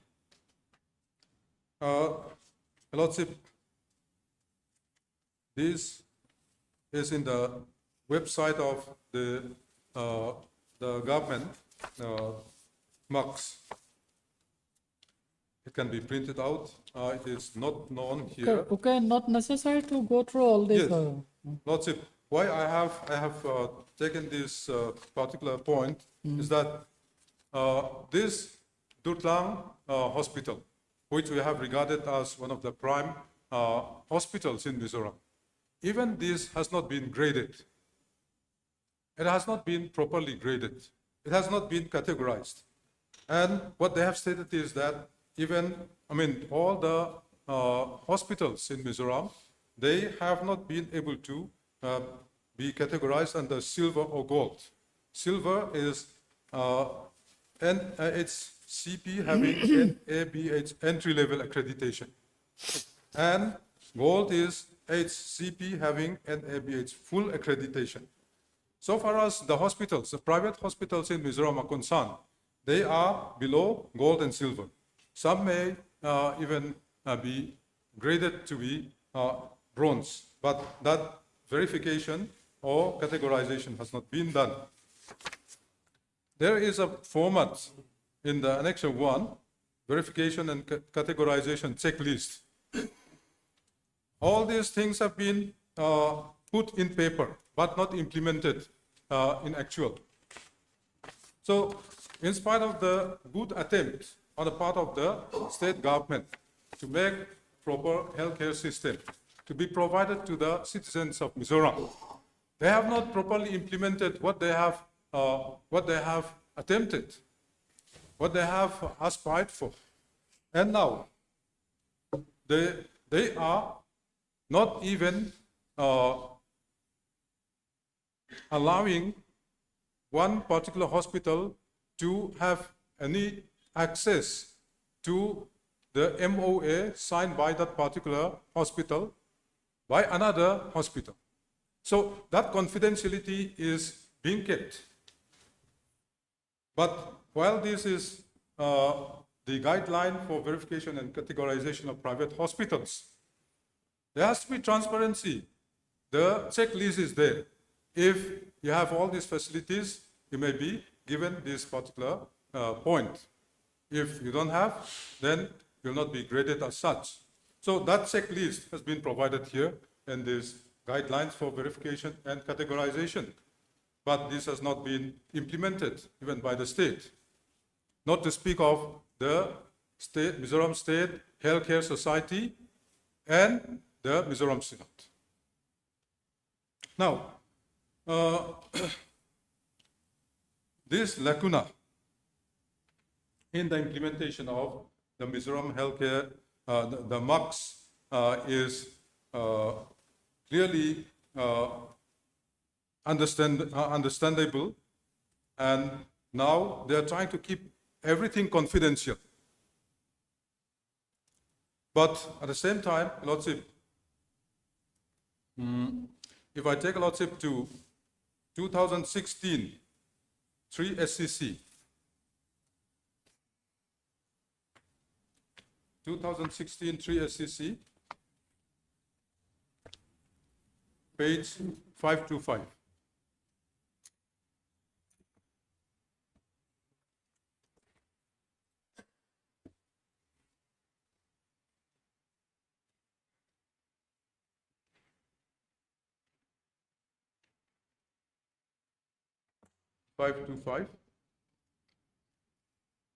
Paras 65 onwards.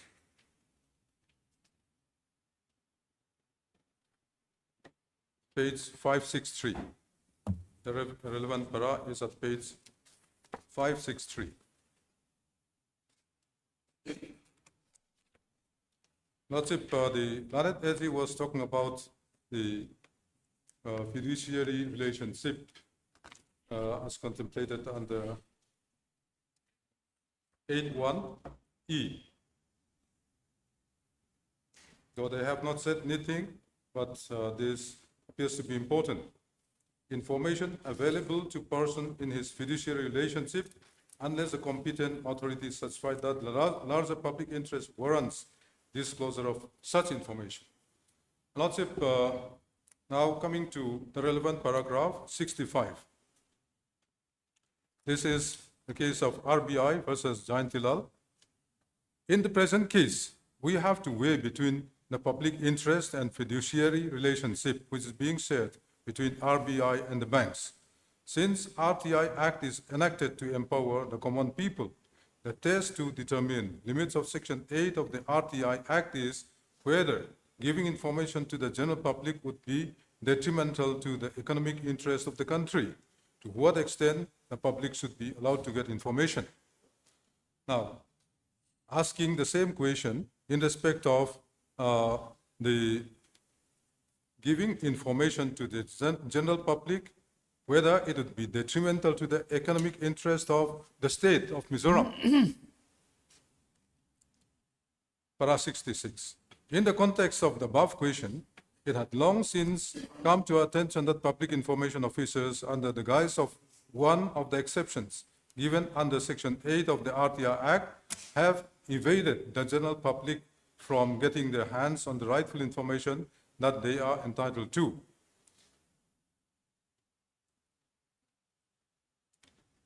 '67. And in this case, RBI and the banks have sidestepped the general public's demand to give the requisite information on the pretext of fiduciary relationship and economic interest. This attitude of RBI will only attract more suspicion and disbelief in them.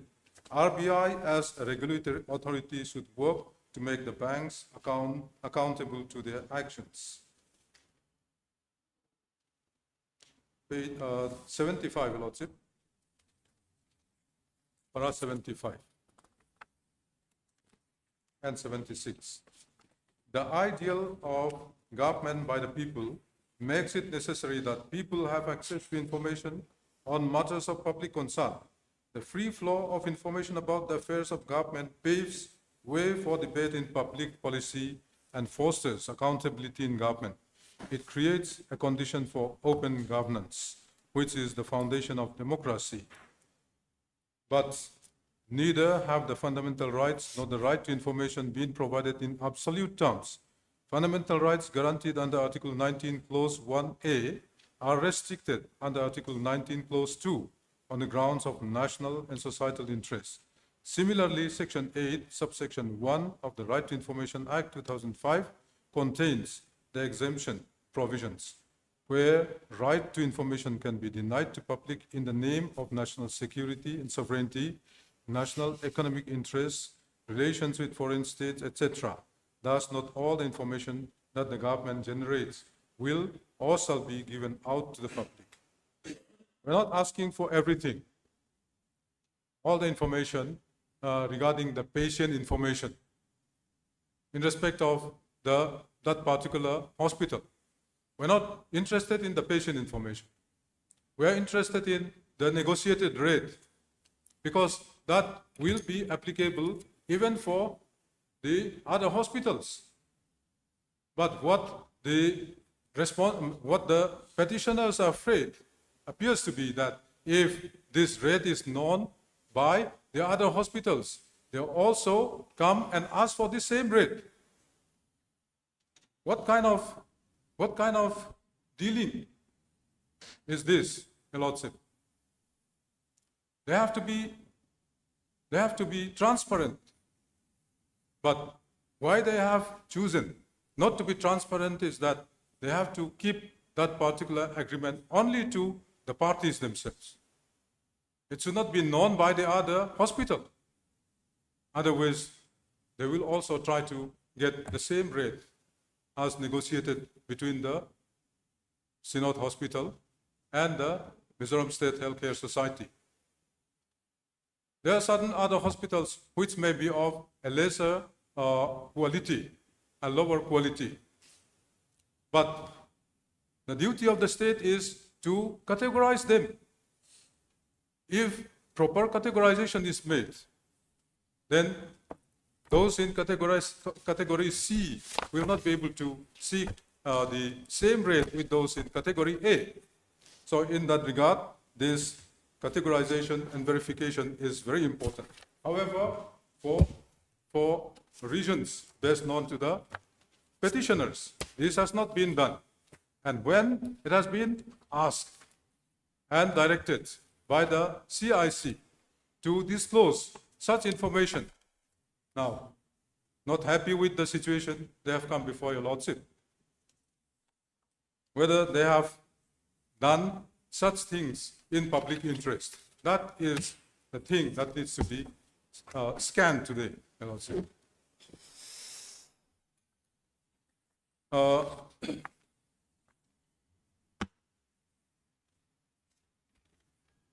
There are certain 2024-15 SCC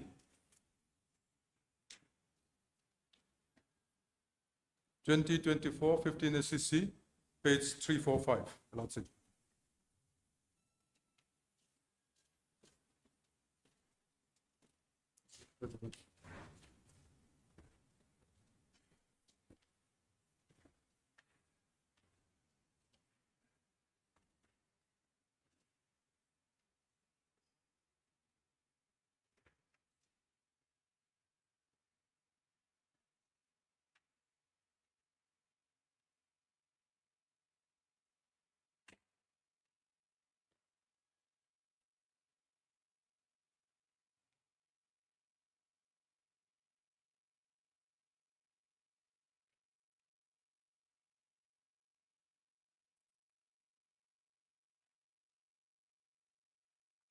Okay.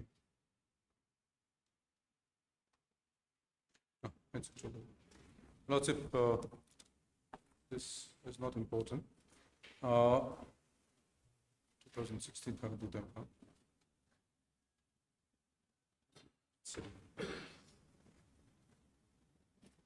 20.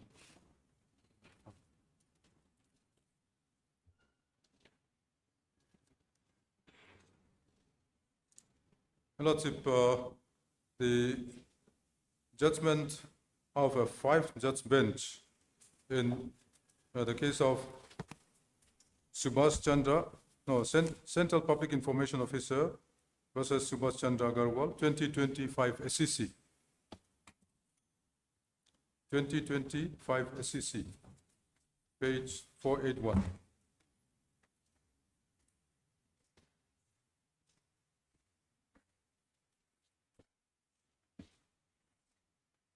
I'll take a Lordship to the relevant paragraph, para 72 and 73.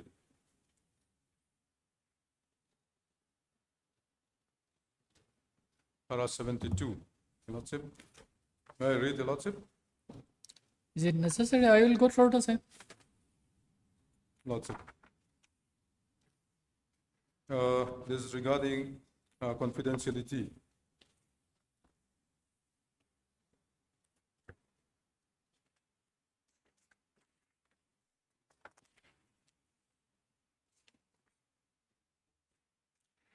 Para 73, Lordship.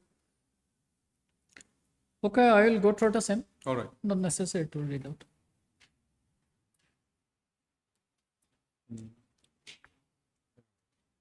Arvind Kejriwal.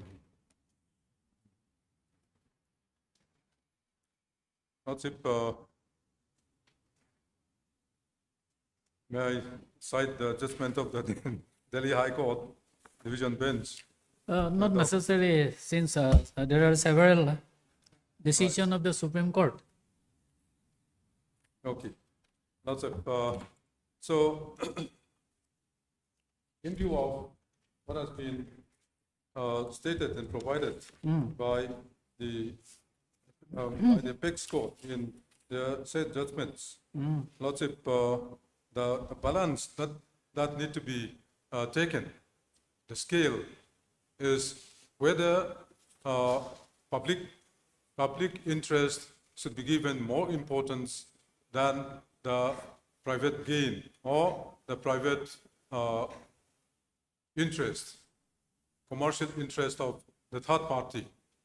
So far as the present case is concerned, it will be much more beneficial even for those hospitals and for the society, that is Mizoram State Health Care Society, and even for the public, that if all those confidentiality clause, though it is there, all those negotiated rates pertaining to the kinds of treatments which may be provided to the patients are divulged and disclosed, and it will be all in the interest of the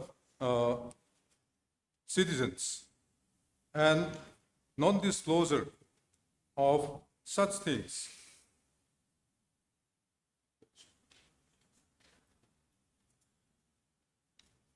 as highlighted in the complaint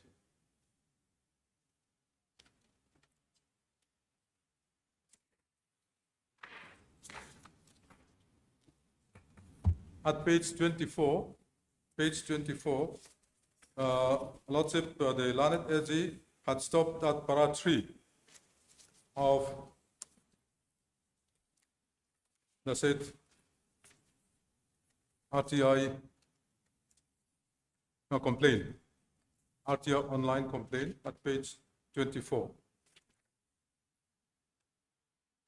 Yes. May I continue to read from para 4.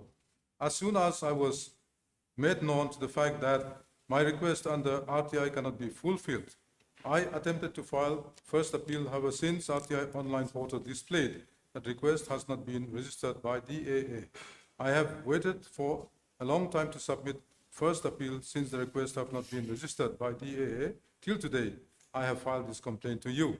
5. It is a right as citizens to know the truth. It appears that it is a grave injustice that in the immediate issue which pertains to the healthcare, life and death of the people, the agreement between the largest hospital in the state, Synod Hospital, and Mizoram State Healthcare Society is undisclosed. I humbly request you to kindly take necessary steps so that my queries are answered. I have duly attached the questions I have made to the Mizoram Healthcare Society on 1st November 2025, and the answers I have received on 22nd December 25. Yours faithfully, and so. So, the sufficient public interest has been highlighted because of the fact that the MOA, the confidentiality clause, has been maintained. We are in the dark. People are in the dark as to whether this kind of facility is there, and if it is there, at what rate? What is the negotiated rate between those society and the hospital? Whether the same can be applied to another hospital.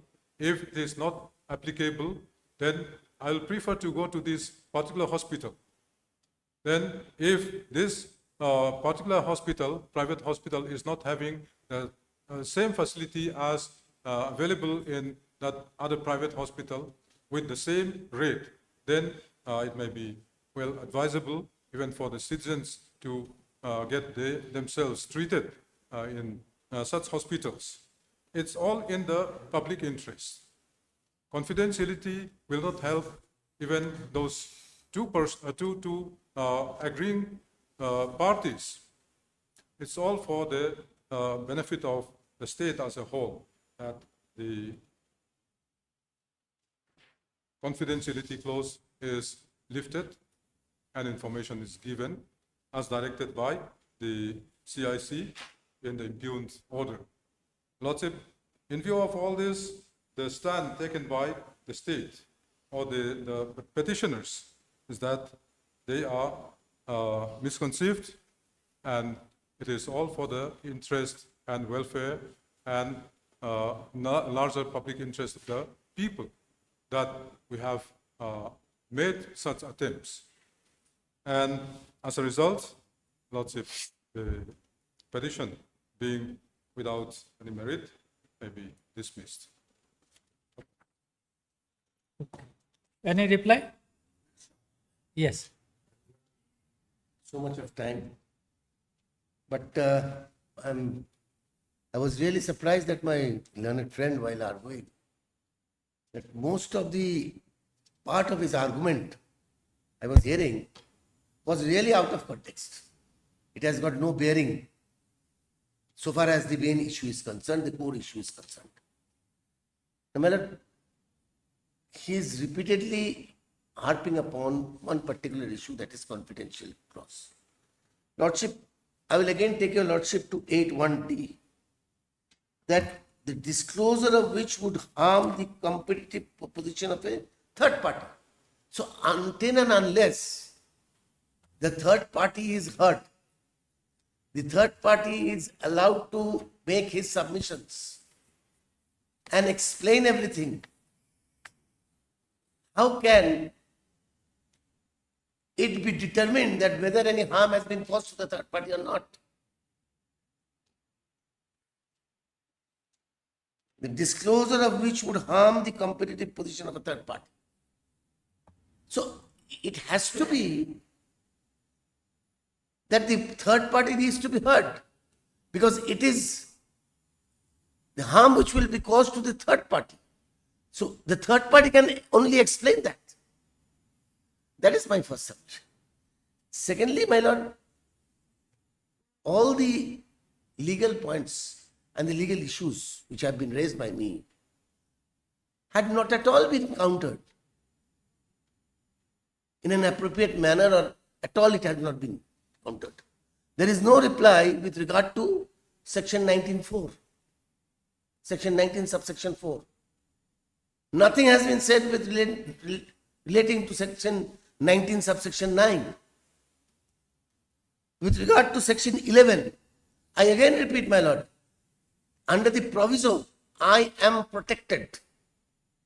I am protected under the act, under the law. Maybe the Right to Information Act is a special act altogether. But the act itself says, the proviso itself says, that I am protected. If there is a law, I am protected.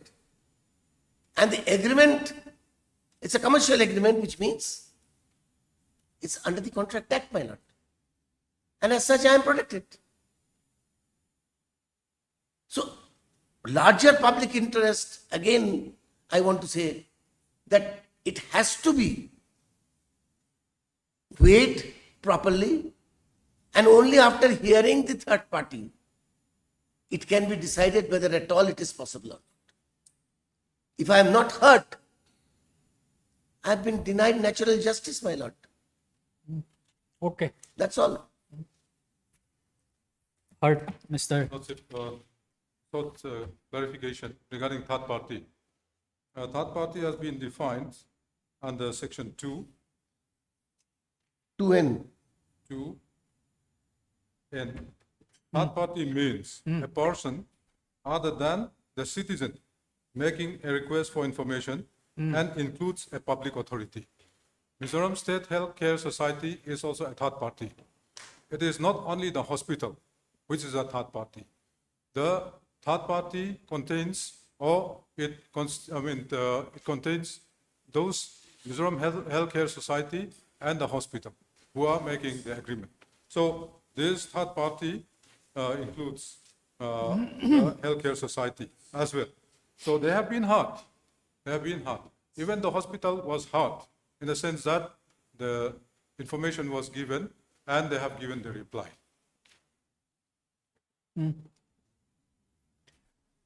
Heard, Mr. Vishwajit Dev, learned. AG, Mizoram, assisted by Mr. Samuel Sangte, learned, additional AG. And Mr. C. Lalram Joaba, learned senior counsel, assisted by Mr.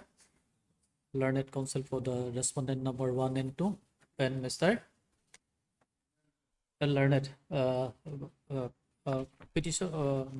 respondent in person. Respondent in person. Argument concluded. Judgment reserved. Lordship.